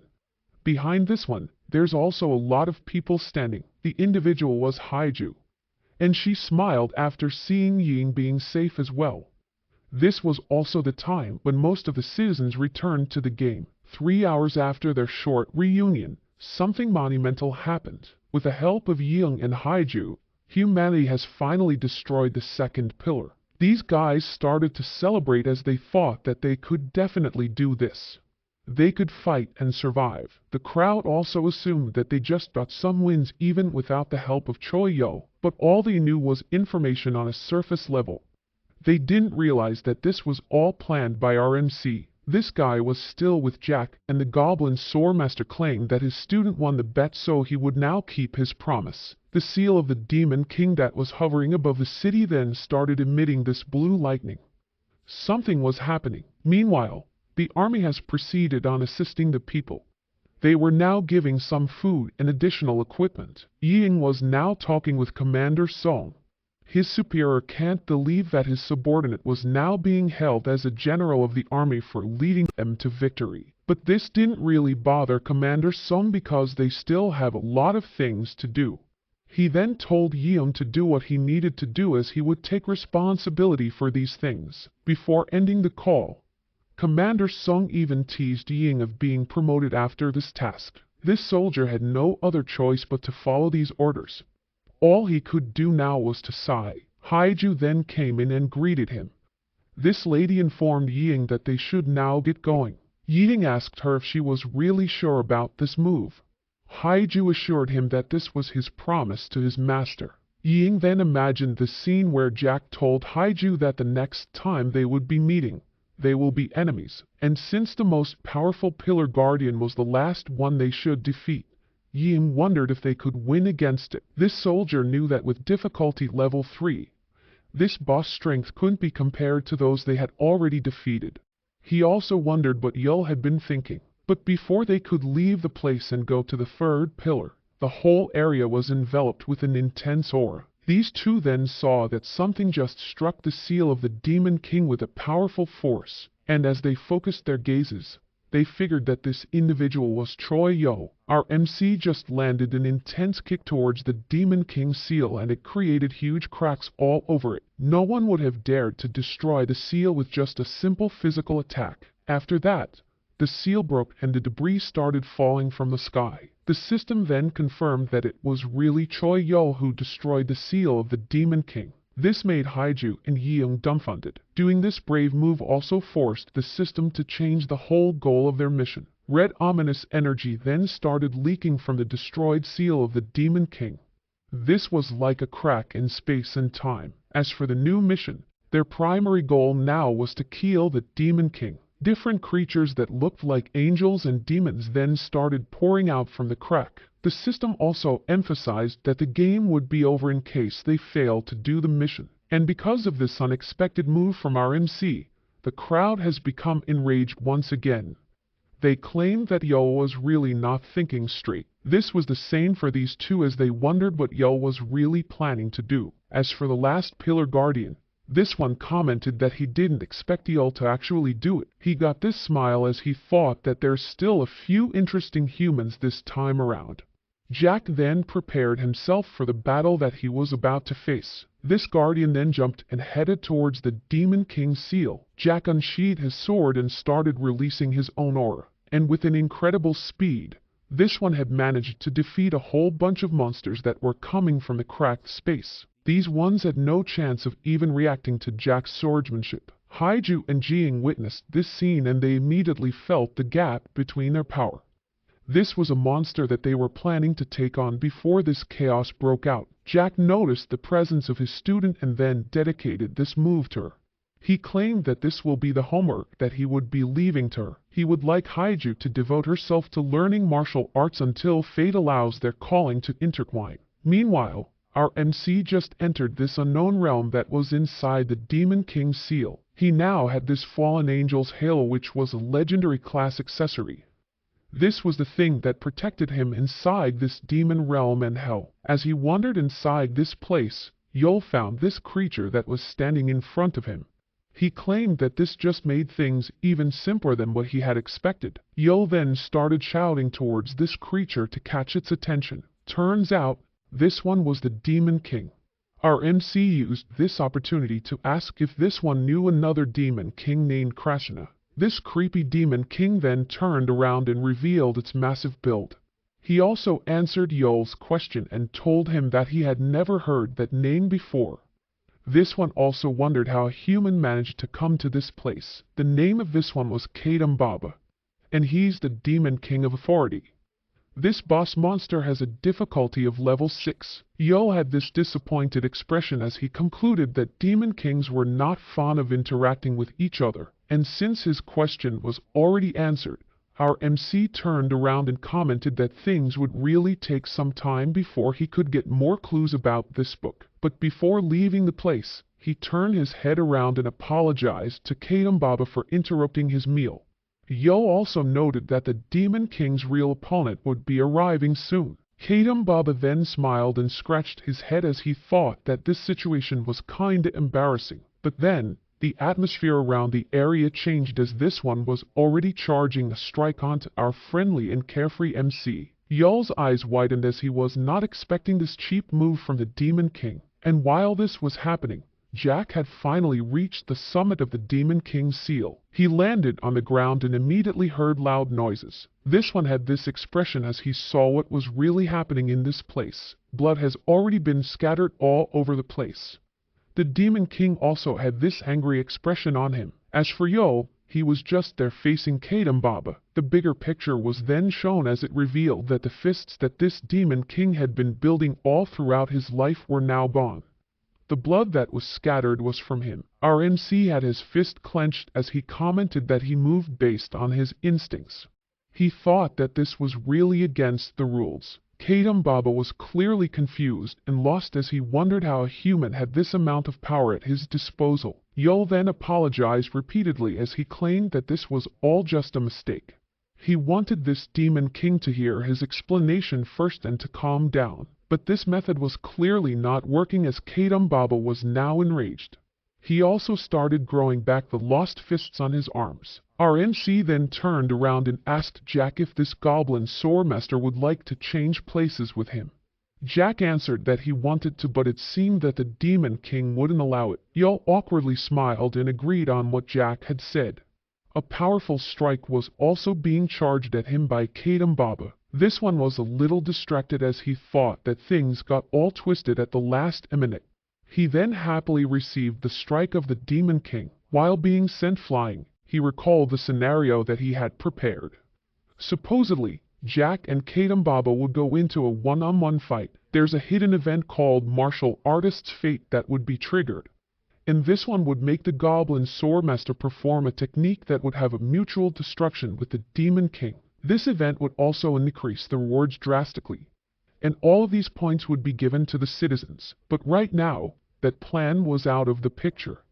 The Demon King continued attacking Yoel while he was still absorbed in his thoughts. This guy was not even trying to block any of Kadam Baba's strikes. The system then revealed that the armor that our MC was wearing has a legendary grade. This was called Einherjar Battle Jacket.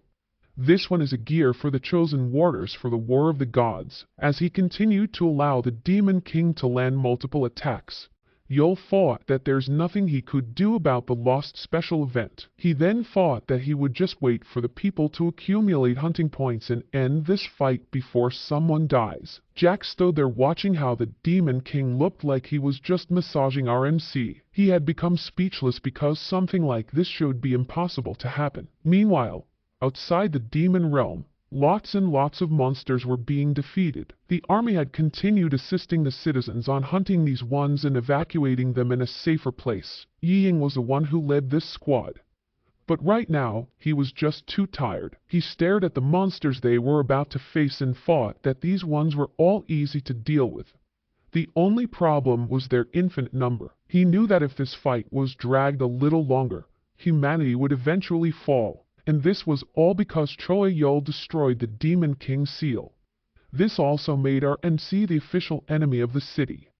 But his trust on Yoel was still there until someone dies from this. On the other part of the map, an individual just landed on a car. This one was Haiju, and she was leading some of the people on rescuing some of the citizens that got trapped. This lady also took care of the monsters that were looming near the area. With just one rounded slash, she managed to kill all of them. The monsters that wings were burnt and just fell on the ground, and after ensuring that all of the enemies were defeated, Haiju would escort the citizens towards the shelters near them. She also heard the comments of these people, and they were about Choi Yo opening the Demon King's seal.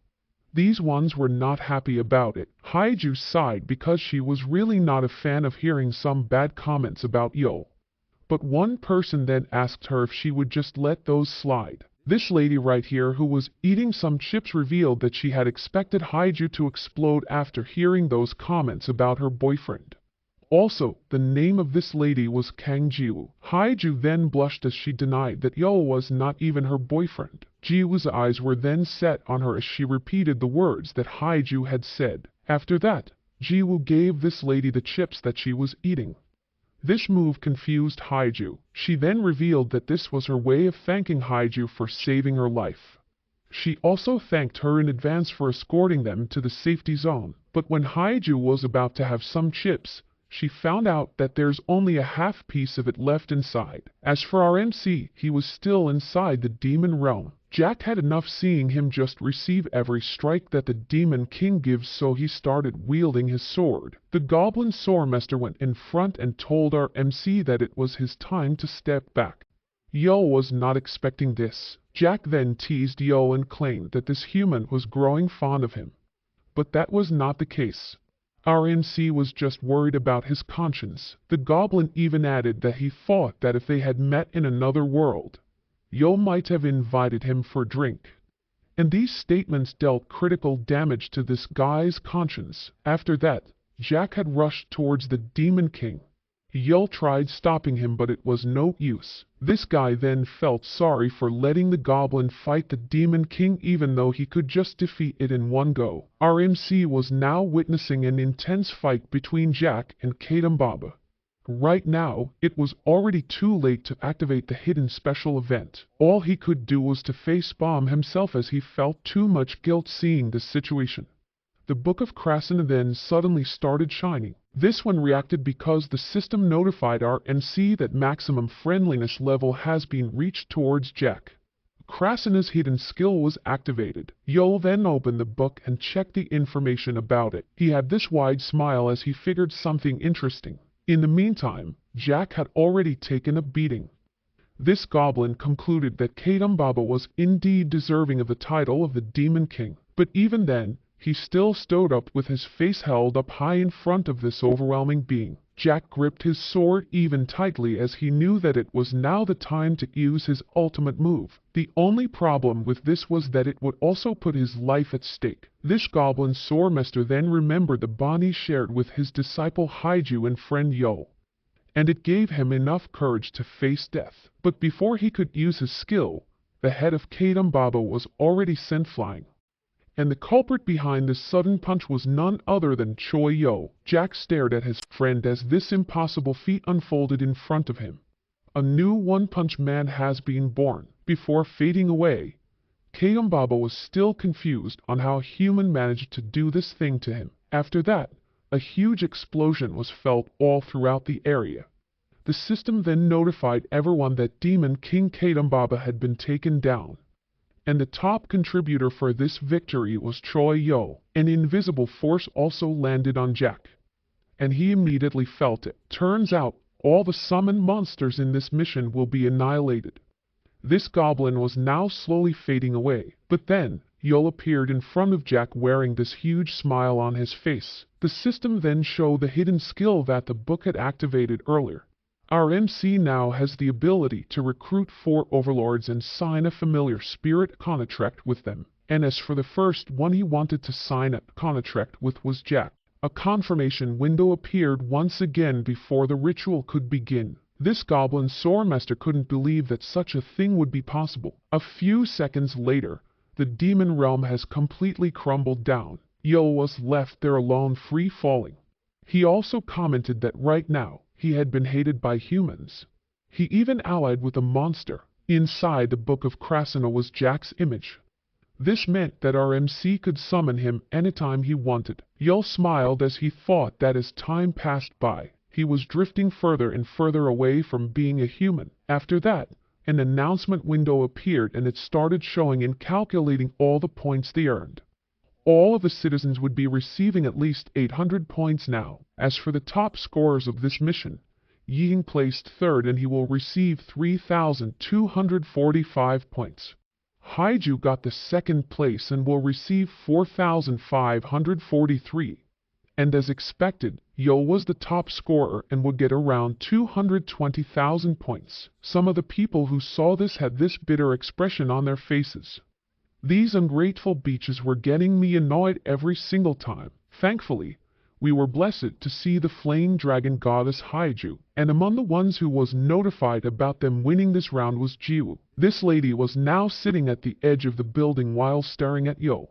She wondered if this guy was really the Golden Child, or if he was merely a catalyst for an impending explosion. Nonetheless, I feel like this lady right here would have a greater and more important role in the future. As for Yeon, he was relieved to see that all things have worked out. He then thought that even though he didn't know much about games, he could tell that their situation right now looked like this. A large number of troops defending a single base. He then paused before continuing his chain of thoughts. He wondered that if this was really a game, would the existence of a supreme unit like Yo be allowed? This guy right here made himself max leveled at the very start of the game. He was also smart and capable enough to defeat a demon king this early on. Would the beings that were playing this game allow a phenomenon like this? After that unbalanced battle, the system had finally notified these beings that it had just detected an abnormal unit. Choi Yo's max stats were then shown in front of them. This guy's PFP even looked like he was just there chilling. The system then asked these ones to decide on the action they would like to enforce against this unit. There were 4 options: annihilate, reset, defer, or summon. The being was now thinking on what he or she should choose. Our MC's face was then shown once again, and after a few seconds, the being had finally chosen. And it was to annihilate the said overpowered MC. Upon clicking the button, Choi Yo felt an intense pressure around him. His usual calm and carefree expression was gone. He prepared himself in case there would be an unexpected danger. But nothing happened. Yo landed on this building and was still thinking about that weird feeling. He thought that he was being watched. As for the player of their city pawn, the system has notified him that the command that this one wanted couldn't be carried out. This air definitely annoyed this powerful being, and because it can't accept what happened, this one tried to find more loopholes in the system. It then started a thorough inspection towards Yo. The system then showed a whole new information about our MC. This guy right here was now being considered to be a hidden unit. The player that was assigned in Yo's city hid him from the other players that were playing the game. After some configurations towards Choi Yo, the game resumed back to normal. And because they have just won another game, all of the people that contributed received their rewards. And unlike the first time, their points were not stolen. Some of them immediately bought healing items to replenish their stamina and be healthy again. An announcer also appeared, and this guy used a magical class tool called Messenger's Voice. This allowed his voice to reach faraway places for everyone to hear. The thing that he just announced was about the reward dice that the system was giving them. Turns out, dice came in 7 different classes. Each one corresponds to the possible item rarity that a unit could get. The first set were the 4, 6, and 8-faced dice. The next were 10, 12, and 20-faced dice. These were the ones that allowed units to get up to legendary class items. As for the last type of dice, it was the 100-faced. This was the dice that appeared at the very start of the game. The items, weapons, equipment, and tools are produced at random. Getting high rarity items would not also mean that they would really be useful, just like what Ying got this time. This one was called the Destiny Spork, a heroic class tool. The only use of this item was that if the user misplaced it, it will always come back. This spork is always clean. The people around the area have rolled their dice to get another set of items. And since it was too random, other people have started trading to others. Yeon also observed that even if they just cleared a mission, some people were already looking for party members. Some of them were even volunteering to defend the evacuation centers. This soldier then recalled something that happened a few minutes ago. He asked Haiju if she was really sure about her decision. Haiju confirmed this and told him that she was really not fit to be in the military. On top of that, she was thinking about those people who were still in another place and hiding in fear. She wanted to help those ones. Before leaving, Haiju assured Ying that she will always help them during missions, so this soldier wouldn't need to worry that much. Ying thought that people were really slowly adapting to this unrealistic world they were in. As for our MC, he was quite glad that all things turned out to be fine. He commented that this beginning for the citizens was going well. The champion who will be the essence of the missions, and the military commander that he needed have both taken their respective places. Yo then thought of what he should do next. This was a most important part of this scenario. He knew that if the setting that he planned for this city goes wrong, the citizens might end up destroying the whole place. This guy was now absorbed in his thought process and brainstorming. But someone poked him. Yul turned his head and he saw a young lady that was now standing beside him. This lady was none other than Kang Jiwoo, the same person who was saved by Haiju a while ago. She then greeted our MC with a friendly smile on her face. Yul then panicked and immediately checked the book of Krasana for some information about her. He was able to get some basic ones like her name and her level. But aside from that, the thing that made our MC confused was how this lady managed to come up there. Jiwoo answered that she just simply climbed up. After the introduction, Jiwoo leaned a little closer to our MC, and this made the atmosphere around them a little awkward. While staring at Yo, Jiwoo commented that she thought he would be here crying because he was being isolated from the rest, but that was not the case. She then concluded that this may have been the way this guy had lived his life for a long time and he was already used to being alone. Yo asked her what she meant by that statement, but Jiwoo didn't answer him. She then told him that she won't be revealing the reason why she came to see him today. And this just confused our MC even more. And since Jiwoo noticed that Yo really had no idea about what she was thinking and planning, she dared him to use the Book of the Demon King. But our MC revealed that the thought process of people was not considered to be part of the data, so it would be impossible. This lady was relieved to hear that. And since she was done checking Yo, she prepared herself to leave the place using this rope. She also told our MC that she just wanted to see his face. Jiwoo leaped and utilized the rope. However, before departing, she made a remark about the person who had foolishly opted for the difficult path despite possessing the power to control the place. Yo panicked as he saw the lady descending down the building, and after a few more moments, she was gone. Yo thought that this lady was really weird and scary. The day then passed by peacefully.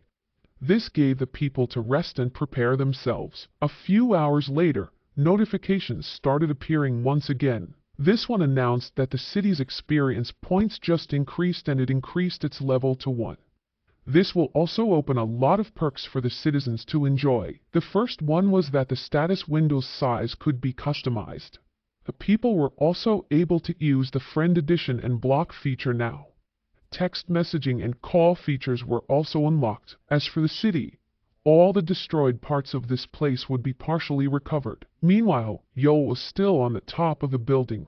He was reading the information about this city leveling and found out that the more points the citizens spend, the more experience points the city earns. Our MC then scratched his head and thought that maybe the ones he had used were not included on the system, though he had spent quite a lot. This thought process then made him silent for a moment. He wondered where the points that he spent went through. Yo figured that the points he just spent most likely went towards the Demon King Krishna. This mystery was enough to make our MC wonder if it was really okay to keep using this book. Meanwhile, someone just got promoted and got the 2nd lieutenant badge, and this individual was Yeung. Because of the bravery that he showed last mission, Commander Song got really fond of him. And while this promotion was happening, one lady was observing everything from the top of the building. It was Jiwoo. She thought that the ones that Yo had chosen to lead the citizens were not half bad either. She wondered where she could fit in to get comfortable in the current situation. It was then revealed that she just knocked some of the soldiers that were assigned to this post. This lady also had a box full of dice. She got these from the military storage. Back to our MC, Yol was still having his meditation at the top of the tower. A notification then popped out, and it was an announcement that a new turn had begun. Yol opened his eyes and got this more serious expression on his face. The space that their pawn landed in was called the God of Gold's Trap. The system informed everyone that the whole city has been trapped by the God of Gold, and if they would fail to satisfy this one, the game would be over. Right now, the God of Gold that was portrayed by this gold pig was currently at level 2. There will also be 4 maps for this mission, and its duration would be 2 weeks. Ying started analyzing the situation. He didn't expect that missions could last longer than 7 days. More information was then shown on their status window.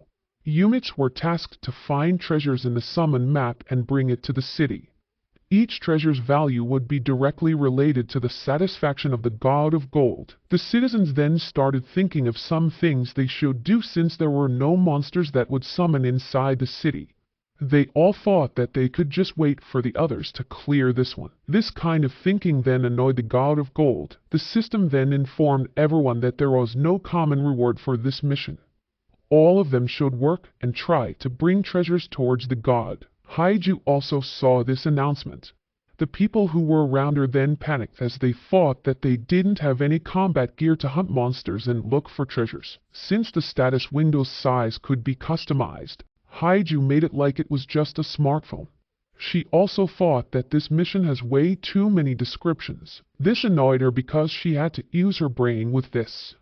So she decided to skip reading and just go and hunt some treasures. Haiju was also planning to see the whole new maps that were added towards their city. Meanwhile, Yo was still standing in this tower.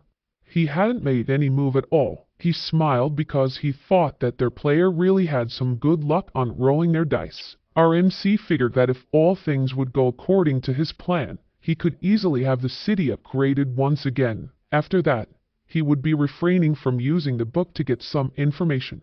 He thought of this because this book could have some consequences that could backfire to him. But before he could do any of that, a sword suddenly came out from the book. This one had pierced right through Yo. Our MC was caught off guard and felt an enormous amount of ominous aura. But after a few seconds, the sword disappeared, and it seemed that nothing happened. A notification from the system then told him the number of sacrifices he got from the last mission, and it was 0. A painful shock was then felt on his heart. The system then revealed that this was his punishment from the Book of Krasina.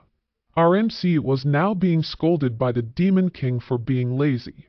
He would also continuously suffer from this pain until he could offer some sacrifices that could satisfy Krasina.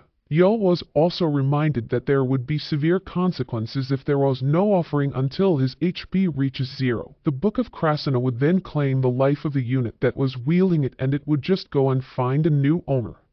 This right here was the drawback of having an overpowered item that came from a Demon King. Meanwhile, the new map that was added along the side of the city has already shown itself. A group of humans have found a dungeon in sector of the jungle block. These guys were even happy because it looked like an unregistered one. The leader of the group smiled and claimed that this dungeon right here was for them to take. The mage then asked him if he should contact the army, but asking for their assistance might end up losing more points. This guy has already decided not to ask for help. He then wielded his weapon that was called the Black Flame Dragon. This one has a heroic class grade and allowed him to wield fire damage. The whole group agreed towards this decision and even made a pose. They claimed that this was the start of their epic journey. Also, the name of their group was Kangs and Roses. But before they could enter the dungeon, an intense pressure was felt throughout the area. A silhouette of a large figure had emerged. It also had this ominous aura. The leader of the group then thought that this one was a monster that was gatekeeping the dungeon. They were quite confident that they could study its attack patterns then defeat it. But as they were provoking the said monster, Yol emerged from the dungeon. It was him. This guy was having a hard time carrying a whole bunch of treasures he got inside. He was now like Santa Claus. The leader was about to exclaim the name of Yo, but this guy has already made his way beside him. Our MC has started telling him some information about the boss monster. The whole group then started panicking.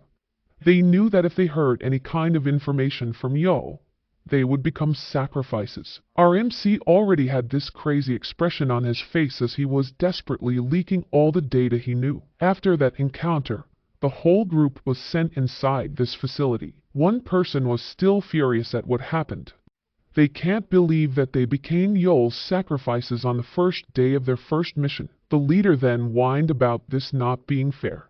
He demanded the army to do something about it. The mage then butted in and told their leader that they can't do anything about it because Yo was wielding a mythical class item.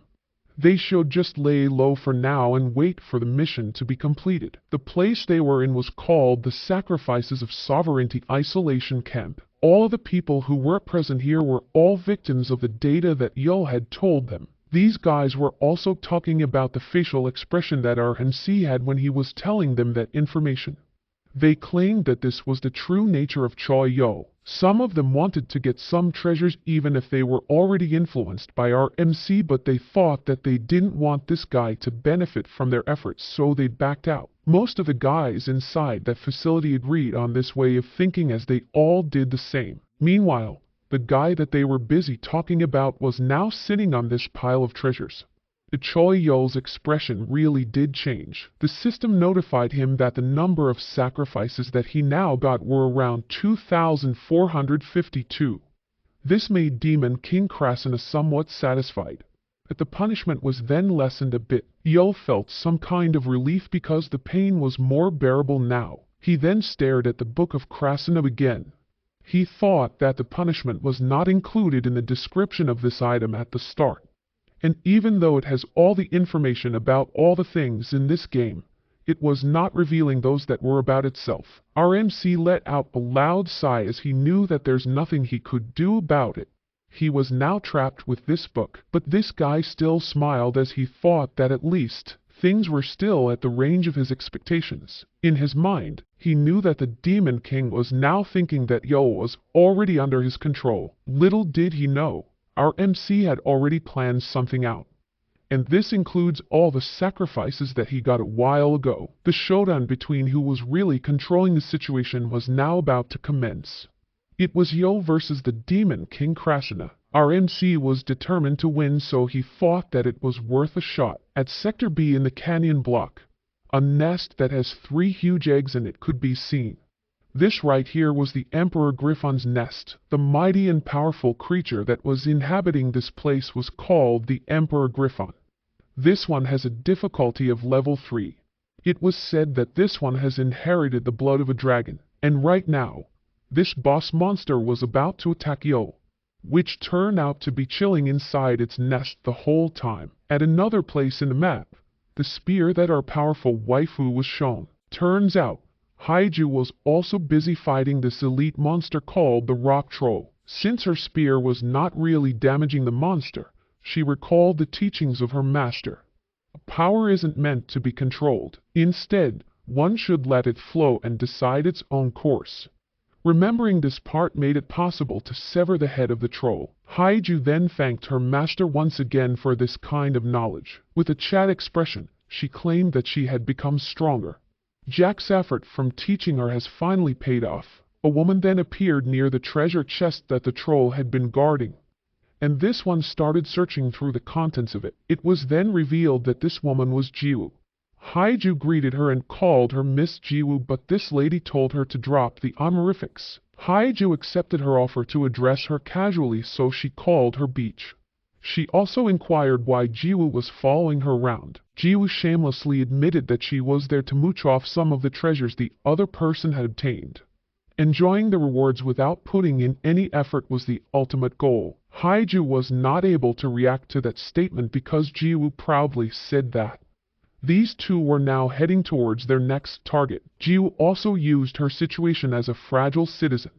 She knew that Haiju would not let her go alone in this dangerous place. Our waifu had no other choice, so she decided to agree.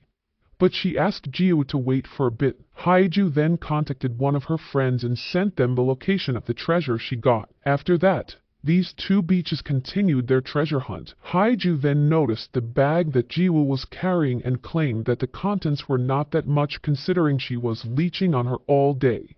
Jiwoo replied that her motto was quality over quantity. This confused Haiju because treasures couldn't be appraised until they were inside the city. Jiwoo then told her that she was just using her guts. She always gets the things that make her think this is it. Haiju asked her how she was doing it, and then this lady right here told her that she was using her eyes. Haiju felt that Jiwoo was kinda strange but somewhat cool. She knew that there was really something going on with her eyes, and while they were walking, Jiwoo asked Haiju about her friends that came here with her. Haiju claimed that they should be safe because she was constantly defeating all the monsters in the area. But then, Jiwoo told her that she really didn't know anything. This one then revealed that monsters were really not the enemies for this mission. And this can't really be considered as a peaceful treasure hunt. This thought then made Haiju stop moving and started thinking. Jiwoo then continued telling her that this mission was like an all-out individual battle since there's no common reward.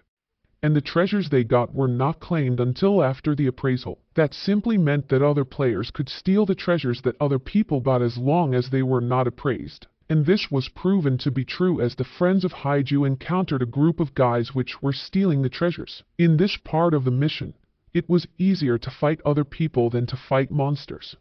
This was the start of the impending chaos that was about to happen. Later that night, at this motel building, there had been a broken window. Police officers and investigators were already inside. One of them greeted this man who looked like a really huge guy.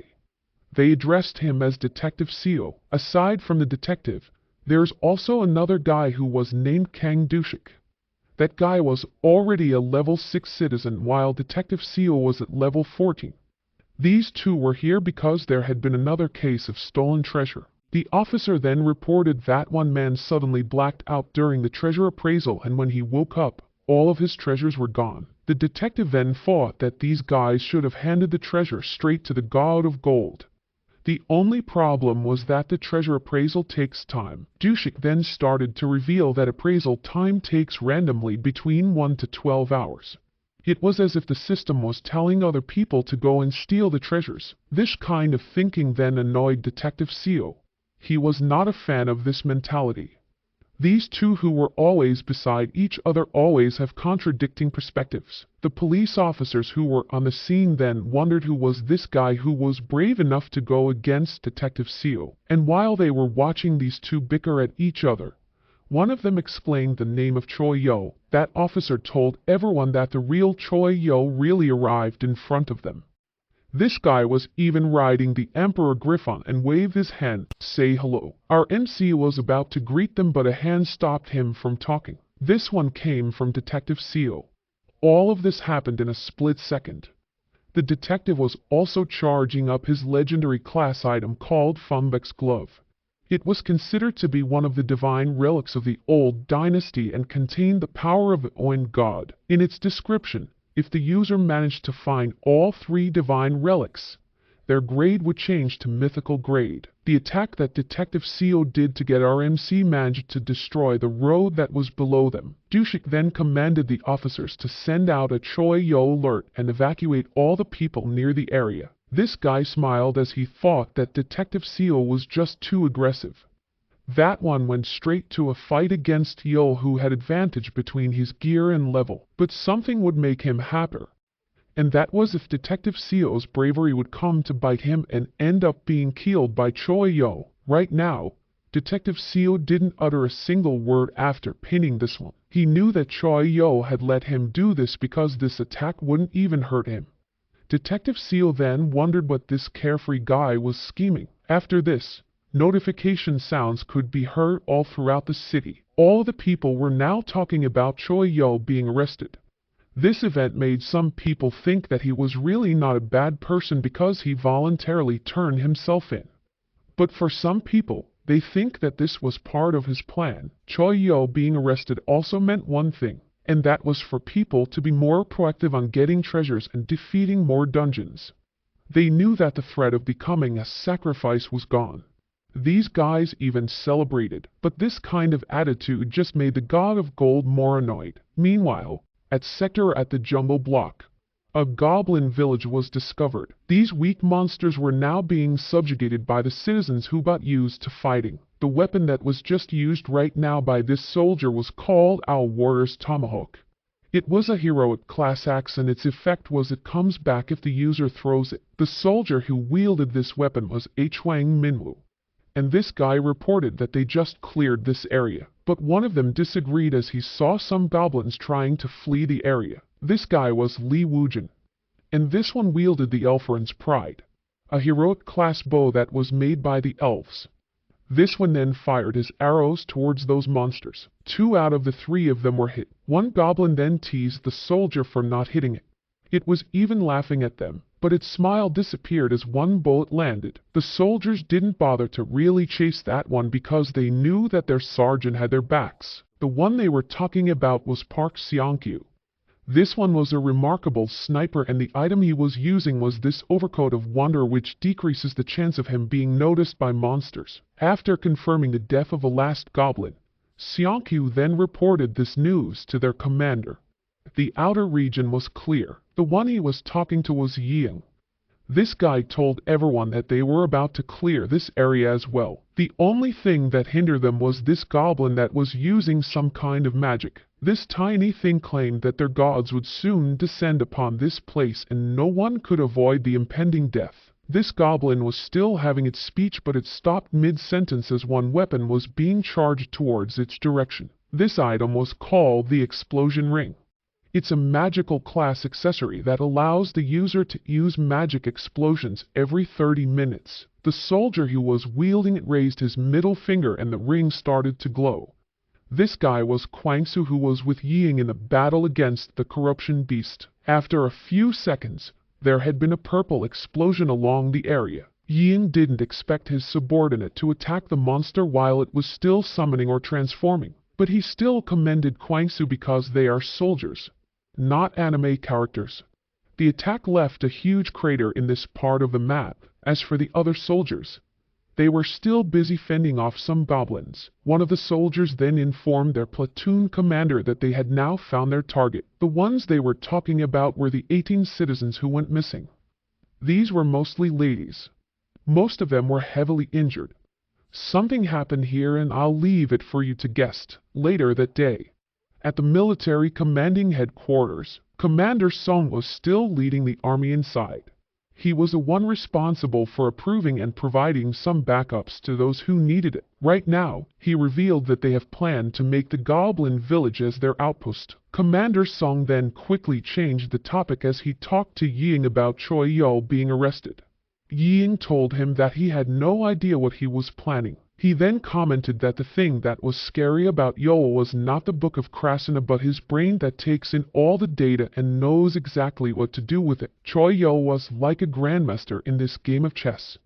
Every move he makes was calculated and could end up in his favor. The only thing that Ying could assure Commander Song was the fact that Yo was not their enemy. Back to our MC.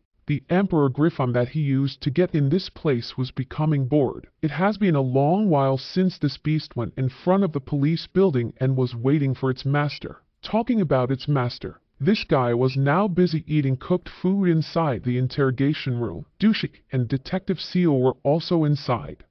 They found out that our MC just wanted to have a small talk with them. This guy then tried explaining the situation our MC was in. He told him that he was wanted for fraud, robbery, and even murder. Yo didn't care much about these things so he quickly agreed to these crimes. He even acknowledged them. Detective Seal then smiled and told him that in his 20 years of service, he had already developed this gut feeling that lets him figure out a criminal just by looking at them. Dushik also knew about this ability, and right now, both of them knew that Yo was innocent. Detective Seal claimed that those things that happened to this guy were all accidents. Dushik then approached our MC and told him that this was really a good example of Good Samaritan law. This was a law that allows those who harmed others for goodwill to avoid punishment. Detective Seo then proudly suggested that Yeol should turn himself in. He would then make sure that he would clear all the misunderstanding that the people had about him, but their offers were quickly denied by Yeol. He told them that he didn't come here to seek their help. This statement confused Detective Seo, and before he could ask our MC more about this situation, a police officer barged in and informed them about an urgent news. It was reported that there had been an assault case, but the perpetrator has a piece of heroic class equipment. Cases like these also started becoming more common in the last few hours. This then forced Detective Seo to leave the room and attend to those matters. After a few moments, a police bus could now be seen heading in a certain place at an incredible speed. Dushik was inside this bus. He thought that the fact that there will be no common reward for everyone revealed that the citizens have no cooperation at all. This guy then commented that things should have been like this from the very start. Dushik agrees with the mentality that chaos was necessary for a new order. This way, the new world would be formed and it would aspire for new powers to emerge. He was then cut off by Detective Seo, who was also inside the bus. He claimed that Dushik should practice thinking like a normal person now. In this detective's perspective, he doesn't get all this otherworld stuff that happened, but all he knew was that they were still humans. And people would end up doing the things that normal humans would do, even if it was with the influence of greed. This right here was the perfect example of how humanity does these when they were backed in a corner. Luckily, people like Detective Seo still exist. This guy right here promised that arresting people who don't want to act like good people was his sole mission. Detective Seo has now successfully apprehended the suspect, and he arrested him for robbery, assault, and attempted murder. He also had this proud smile on his face as he told the suspect that resisting arrest was really not an option. The culprit got intimidated and immediately surrendered himself. He knew that he would just get in trouble if he fought this guy. After that, this one was brought inside the bus. Dushik then told Detective Seo that the laws of the earth don't apply anymore. He even suggested that they should just live like this city's kings, but this idea was not given any attention by this guy. Detective Seo then revealed why he was keeping Dushik by his side all the time. He knew that Dushik was the most dangerous guy in the city. Dushik thought that he would have agreed with Seo on this idea had it been a while ago, but this changed when he met Choi Yo. Dushik claimed that he can't even read our MC's thoughts and his plan behind turning himself in front of the public. As he was thinking about it, an idea came to his mind. Dushik then smiled and told the detective that they will be really busy from now on. He started to explain that ever since Yeol turned himself in, the people got this idea that this was their golden opportunity to accumulate treasures and points, and that made the whole city in a mess. Detective Seo defended Yeol and told Dushik that this was not what our MC wanted. But the truth was, Choi Yo wanted the people to act. After that, the people would start hiding from Choi Yo again once the next mission starts. Meanwhile, our MC was still inside his cell. He was now currently reading some things inside his book. He smiled and commented that this turned out to be just a fight of patience. The system then showed Yeol's current status. His stamina was still at 92-13%, and the amount of sacrifices he got was 2,352. This made the Demon King not satisfied and demanded for more. Yeol then brought out this piece of hair that was contained inside this little bottle. This one was the Monkey King's tail hair, and it has a heroic ranked class. This item could be used to create the user's alter ego. The hair then turned into a clone that really looked like Choi Yo. RMC was amazed at how flawless this replica was.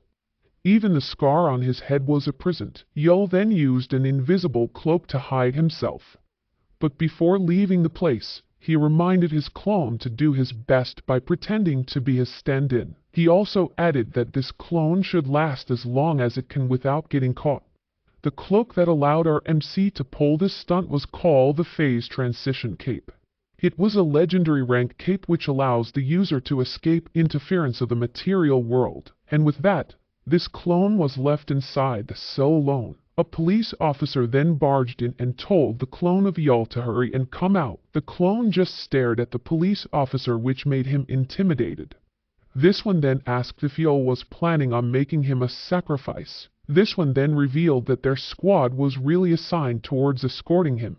So even if they become sacrifices, it wouldn't really matter. Choi Yo walked in the direction of the police officers and these ones immediately went on guard. To their surprise, Yo smiled at them and this one asked them that they should now head towards the special isolation ward that the military had prepared for him.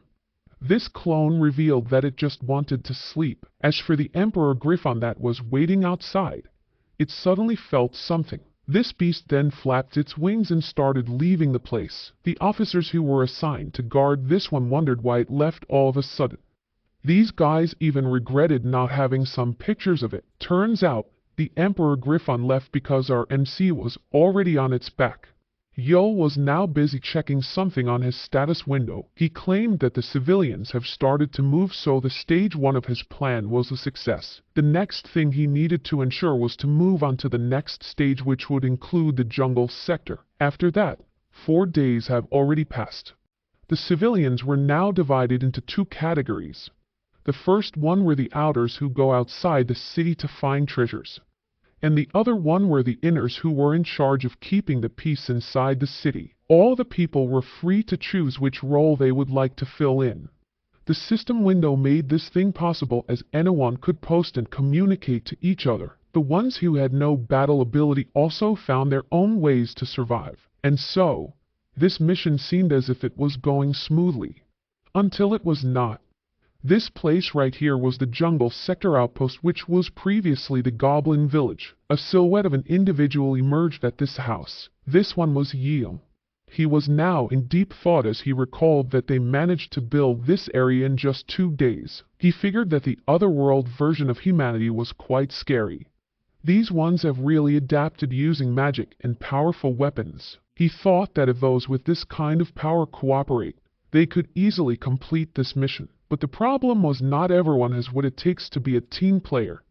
Commander Som revealed that inside the city, things were getting out of hand. More and more crimes involving the treasures were being reported, and this includes scamming, pickpocketing, and robbery. Commander Song added that the police were doing their best to lessen these incidents, but they don't have enough people or equipment to respond to every call. Ying asked his commander if the army would make a move, but this was answered by a firm no.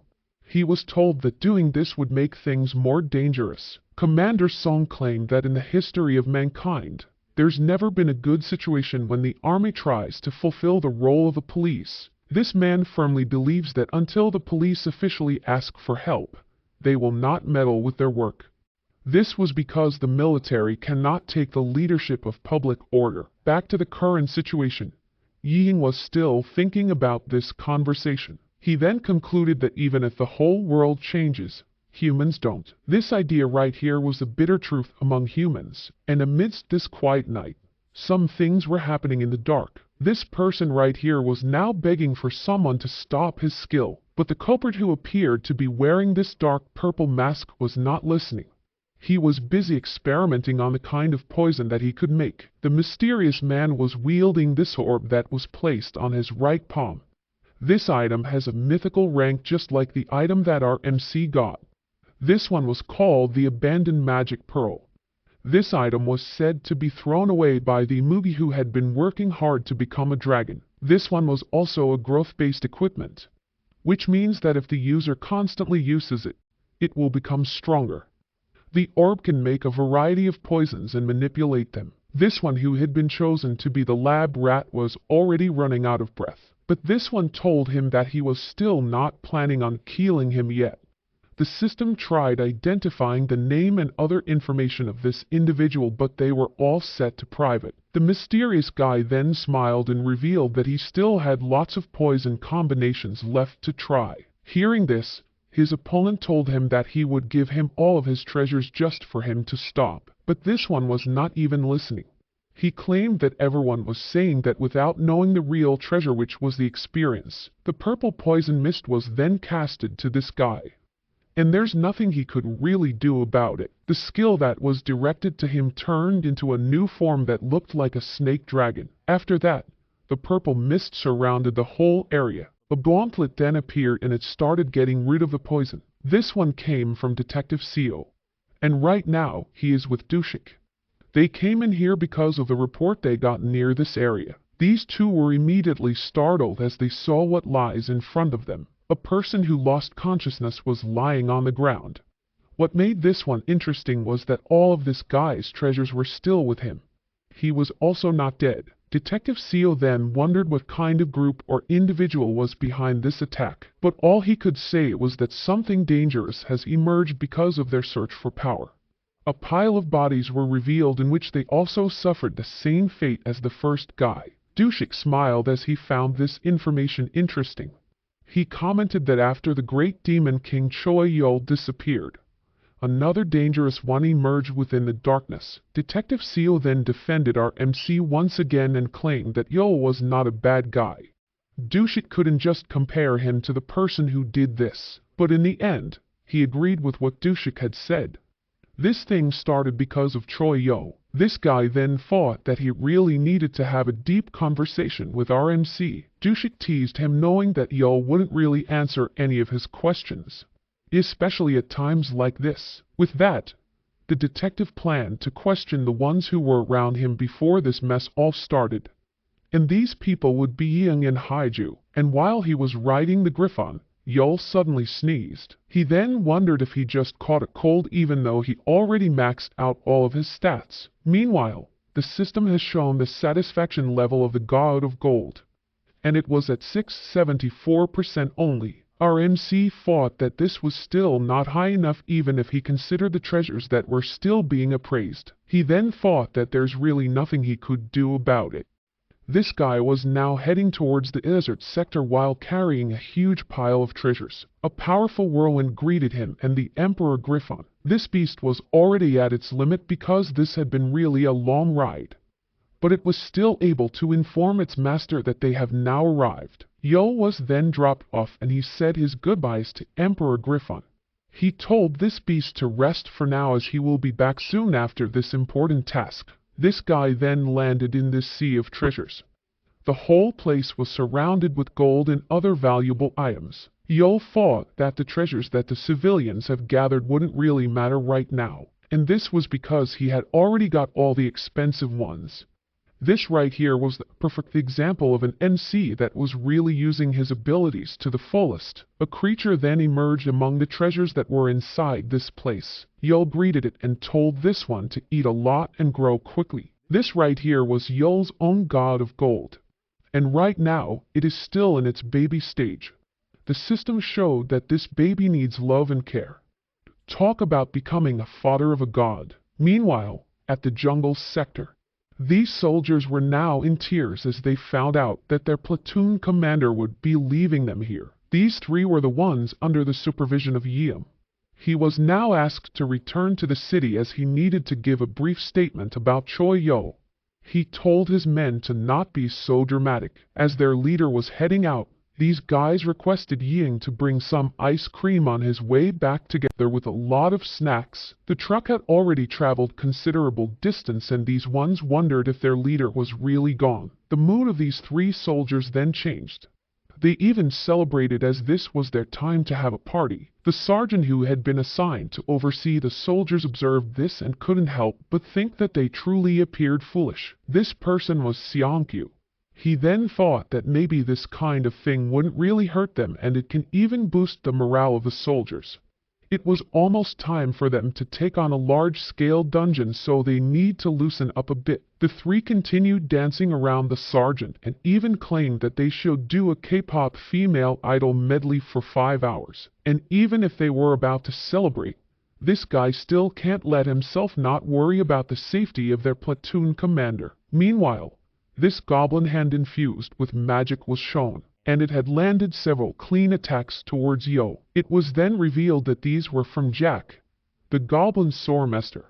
Yo fell on the ground after that. This one raised his hand and commented that it was now all over. Turns out, Jack just pricked Yo's pressure points, and this guy right here was back to his energetic self. He quickly thanked Jack for his help. The goblin swordmaster then added that this method could only decrease the pain and it still cannot stop it. But this was proven to be good enough for our MC. This powerful monster had already accepted his fate on becoming one of the heavenly kings that serves Choi Yo. Our MC thought that there's still a lot of things he wanted to ask Jack, but he reminded himself that he should do this after the situation has been stabilized, because right now, they were about to take care of a much-needed treasure hunt. Yo planned this one while Ying was not present in the jungle sector, and this was because he was about to raid the largest dungeon that was inside this area. Our MC planned to monopolize everything again. Ying had already arrived inside the city.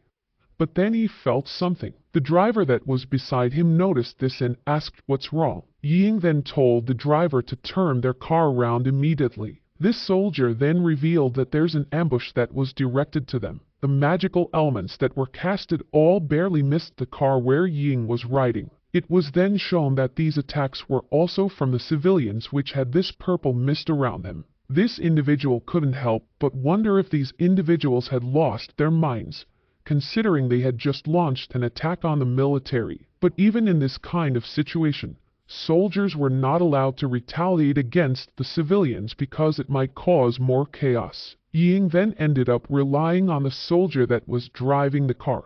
He asked this one if he could run from these attacks until the backup arrived.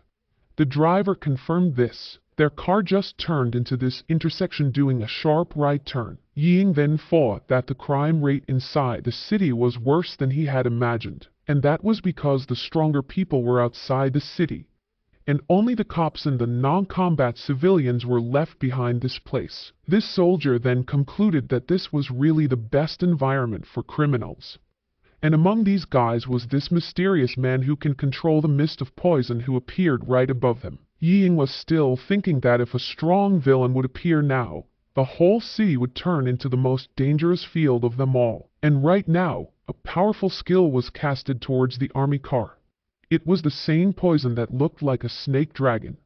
The only difference was that this one has a more powerful aura around it. The driver of the vehicle then informed his platoon commander about this, and they noted that it was moving way too fast. On the other side of the map, a lizard man was fighting an individual, and this one was Choi Yo. The monster in front of him was called Abyss Lizardman. It is an elite monster and has a difficulty of level 3. More and more monsters then appeared in front of our MC. These were the ones guarding the largest dungeon of the jungle sector. But this kind of battle was just a mere child's play for Yo. He wielded his sword once again and had this annoyed expression. Our MC made one slash and it was more than enough to annihilate all the monsters in front of him. This guy smiled and claimed that the pressure point trick was really great because his body feels so much lighter now. Jack then came in and reminded his master not to push himself too hard. He also informed Yo that this place has the same aura that was a prison inside the Demon King's realm. And with this aura, all the monsters inside were being made stronger. This place right here was called the Abyss Lizardman's underground city. Tackled him. Our MC's expression changed as he realized something. This place could also boost the power of demons, and since the Demon King Krasana was one of them, Yo figured that the punishment of this Demon King would be stronger. He then decided to clear this place and get the treasure as soon as possible so they could immediately leave this place. After a while, our MC had collected enough treasures. He also shared that the most important thing about this mission wasn't to satisfy the God of Gold. That method was just the easiest. Doing this just to pass the mission would also end up receiving only the minimum rewards available. And our MC doesn't want that, so he proceeded to find more loopholes. Choi Yo was the perfect man for the Book of Greed.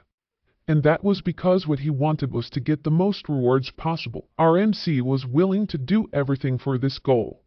Even what was happening towards Haiju and Ying right now was part of his plan. The snake dragon has finally reached the army car that Ying was riding, and it devoured it completely. Meanwhile, this guy still had this calm expression.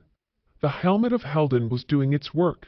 Ying also brought out this round item. He then recalled the time when he was given some kind of promotion reward by Commander Song. This commander claimed that he got this item from doing a mission, but he thought that Ying would use it more. He also added that he had given Ying's subordinates some good items too, but this soldier just stood there awkwardly and it made Commander Song wonder if he needed more. He then revealed that he was not just used to a military army that has enough funding. Back to the current situation. The item that he got was this one called Momentary Shelter. This item creates a safe area when used. It has a range of 3 meters and a duration of 3 minutes. This one had protected them and prevented the poison from coming in. Ying commanded the soldier to stop driving as they could cause an accident if they act rashly now. Something then landed in front of them and it startled the driver. This one right here was a mysterious man that also got a mythical item. And he greeted Ying, but this soldier didn't respond. He just stared at him. After a few seconds, Ying spoke and told this one that he would like to talk to their leader. He had mistakenly thought that this one was just a simple minion. Hearing this statement then made this one laugh. He even claimed that he liked this kind of character that Ying possessed, but by the look on this soldier's face, he was not joking. The man with this dark purple mask then revealed that he was really the leader that Ying was looking for.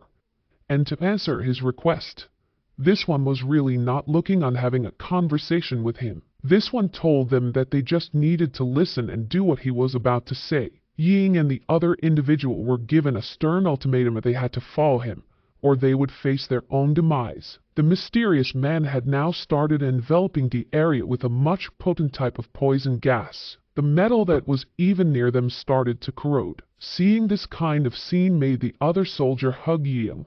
He also begged him to save him, and all the while, this one had been analyzing their situation. He knew that this attack had a wide range and at the same time deadly. His thoughts of encountering people that wield powerful items came true. And this resulted in much more chaos. And since they were also in trouble, he thought that he should just worry about their own survival first. But then, the item that was protecting them started to crack. The mysterious man asked them once again to surrender. He knew that this protective shield would not last a bit longer. Ying then told him that he would just surrender against him in one condition, and that is if this person volunteers to become his subordinate.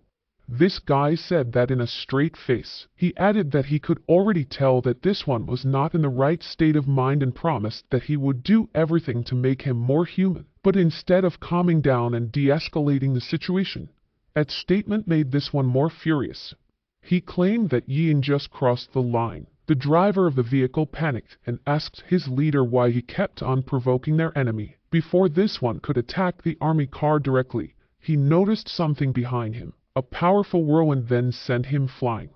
He didn't even have enough time to react. Ying then revealed that he was purposely annoying their enemy because he was waiting for their backup, and they came in with Detective CO's present. In the latest episode, Jae Young found himself face to face with the big boss of the criminal gang. And let me tell you, their intense showdown has officially kicked off. Things are heating up. The driver of the ride was freaking out and questioned their leader about stirring up trouble with the enemy. Just when it seemed like a showdown was about to go down with the army car, the leader spotted something sneaky behind him. Next thing you know, a fierce whirlwind sent him flying, catching him off guard. Turns out, Jae Young, the mastermind, was deliberately getting under the enemy's skin because he was biding his time for backup. And who strolls in? Detective Seo, right on cue.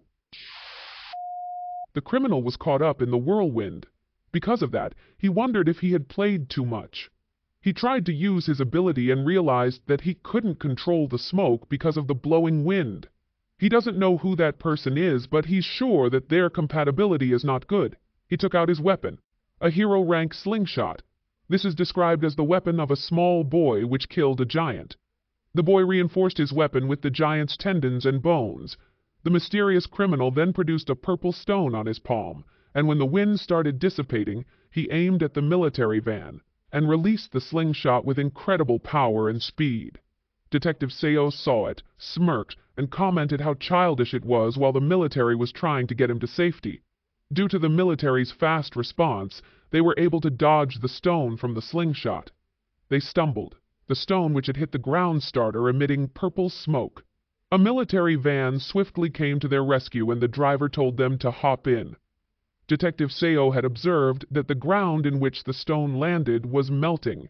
He told the military personnel to go ahead and he'll catch up after arresting the criminal. The military personnel told him that the enemy isn't alone and the rest will come soon.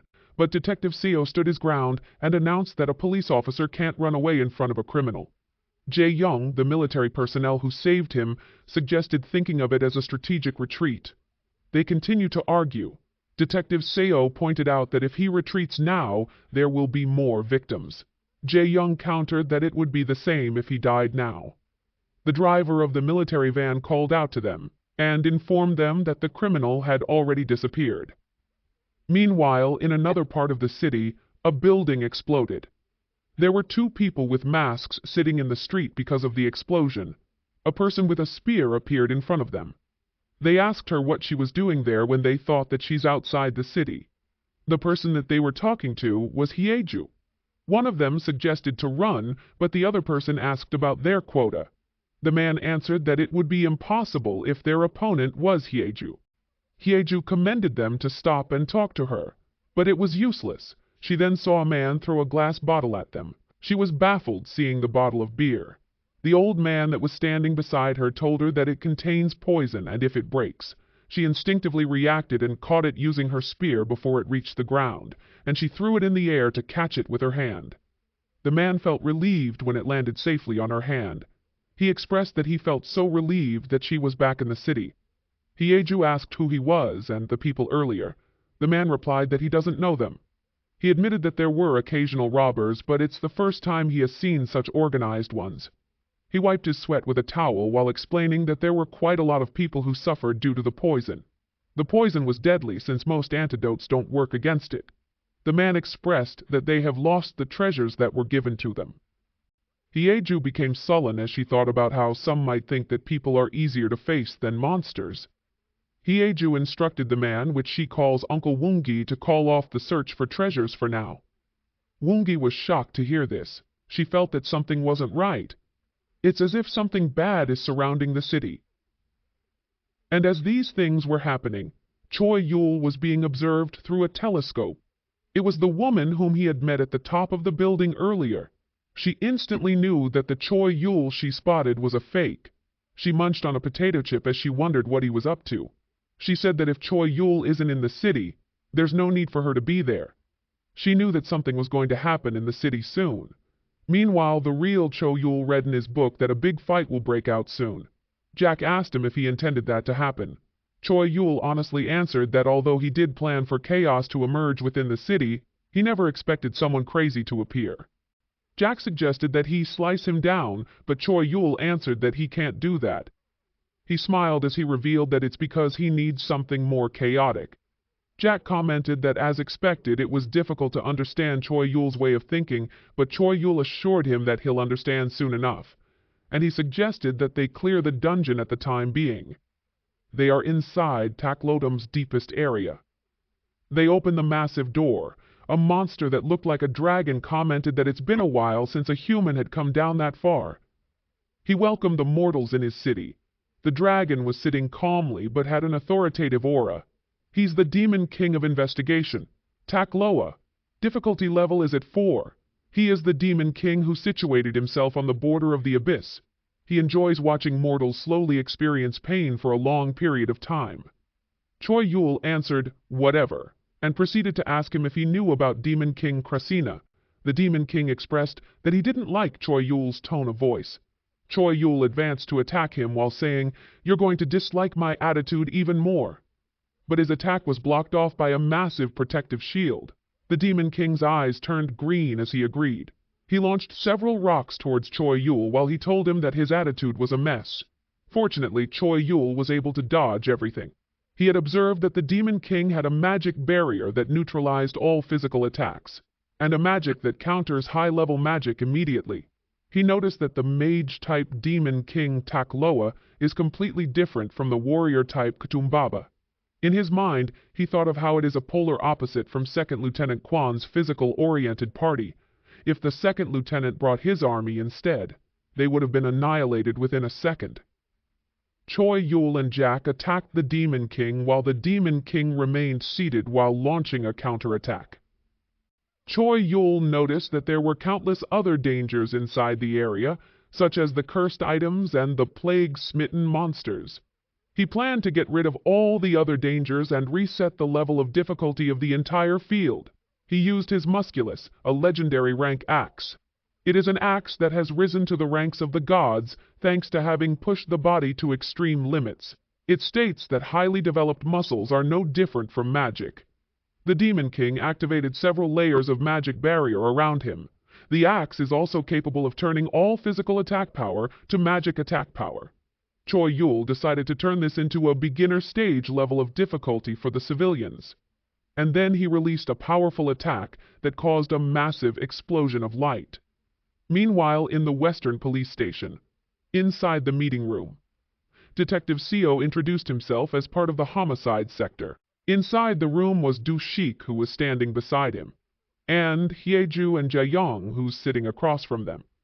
Detective Seo informed them that they called them because of Choi Yul, but the situation has changed since a crazy bastard appeared in the city. For now, they settled in calling him Imuji. Du Shik brought out a bottle of beer with a towel as its cap. He told them that they needed to arrest Imuji, but it was impossible with the current police force. Detective Seo continued that this is the reason that he's offering a collaborative operation between the army, police, and capable civilians. Hyeju agreed with enthusiasm since she finds those people very dangerous. Jae-young was thinking that a fight between the civilians is irrelevant to the mission, and that the longer it lasts, the worse it gets. He knew that even if they fight, but if the mission fails, everyone dies. He continued thinking that the fact that they commenced on the mission despite knowing that truth means that they're confident in winning the fight in the city, as well as the fight with Choi Yul. The Demon King was thinking of the past, that there were countless calls, and based on those calls, he burned countless cities and brought pain and death upon countless mortals. For a long time, not a single mortal could even slice through him, so he was baffled when there was a mortal who could slash him with his power alone. Choi Yul warned him that this is his last chance, and asked him if he knew Demon Krasina. He told the mortal that his question is unrelated to the call. Choi Yul clarified if the call meant missions. The Demon King confirmed and explained that they also receive missions based on their respective reasons, and usually it is to destroy mortals. He elaborated that there are those who have different reasons for the same calls, and similar to mortals, the reasons sometimes change. Choi Yul had a shocked expression that was so funny, and he asked if the Demon King is allowed to tell him those kinds of things. The Demon King smiled and told him that it doesn't matter. He told Choi Yul that for the mortal who has the book, the more they know, the faster they will meet their death. Choi Yul confirmed and exclaimed that the Demon King actually knew about the book, better yet, the Demon Krasina. The Demon King laughed and answered, "What a shame," since he won't be able to witness the obvious doom that follows the book. He then released a powerful aura around him. Choi Yul panicked that he was about to leave. He told him to stop and asked him about what he knew. Jack grabbed his arm and told him that they have to leave now. The Demon King smiled and expressed that since he saw Choi Yul a bit distressed, the end of the call wasn't so bitter. Choi Yul yelled, "Wait!" The ground around the area then shook aggressively. The animals in the forest started flying away, as a ray of light erupted from the ground towards the sky. For the last time, the Demon King uttered that he'll wait. Choi Yul and Jack were fetched by their bird, for the doom of pawn number 8 that will be induced by Choi Yul. They watched as the light disappeared. Jack asked Choi Yul if he's okay.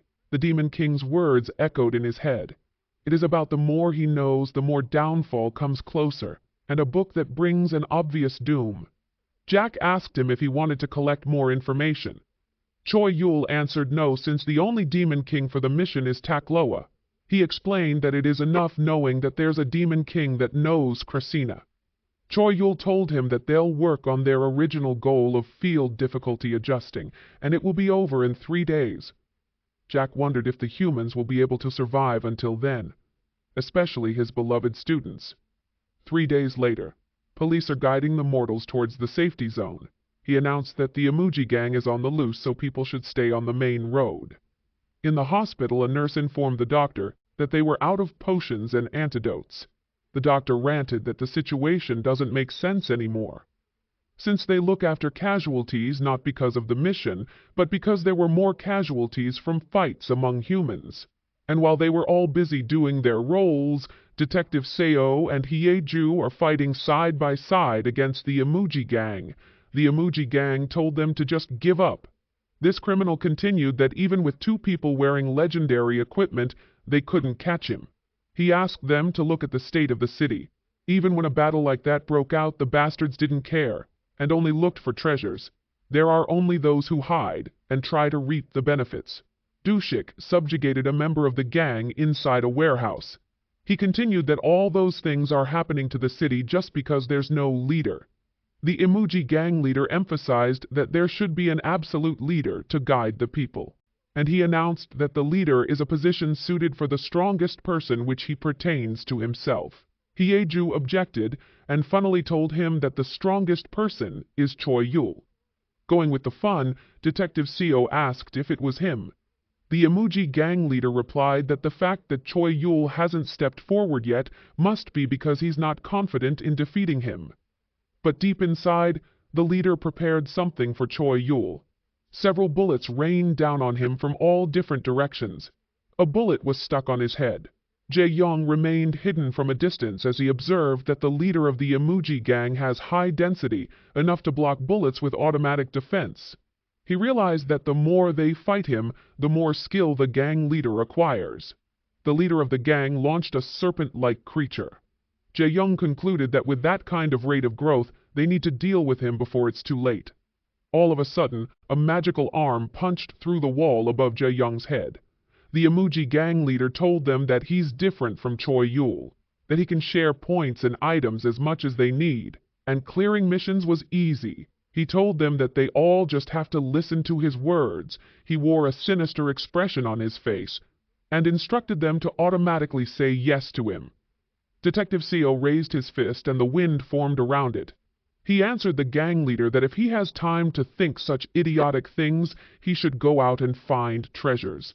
And Detective Seo released a powerful whirlwind in the direction of the gang leader. The gang leader answered that the attack doesn't work on him anymore. Detective Seo and Hyeju were shocked to see this. Immediately, they are surrounded by several purple serpent-like creatures, until they couldn't be seen anymore. They were enclosed inside an orange net-like barrier, while regular-sized serpents circled around it. The gang leader told them that they can't fend off his poison with fire or wind anymore. He planned to marinate them in poison, and whoever screams the nicest gets to live. And with a devilish smile, he announced that the scream he wants is already set. The barrier broke, and instantly several serpents went for Hyeju. Detective Seo moved swiftly. He covered her with his body so the serpents bit him instead. Hyeju tried to reason that she's stronger, but she was asked to shut up. Blood was spilling from Detective Seo's eyes and mouth as he told her that whether it's age or career, the situation makes more sense. But the gang leader disagreed. What he really wants is Hyeju, so he continued to attack her while Detective Seo covered her with his body and coat. All of a sudden, a blinding light and powerful wind covered the area. When it dissipated, they looked around to see who it was. Jack told them that it was disappointing. To think that his students would be unable to hold out against a third rate like the gang leader. Detective Seo was about to say, "Mons!" But Hyeju exclaimed, "Master!" The gang leader recognized that Jack was the guardian from the last mission, and he asked why he was still there. Jack told him that he needs discipline, but he will postpone that for next time. An emergency notice has emerged. A god of gold that seemed lifeless is laying on a field of gold coins.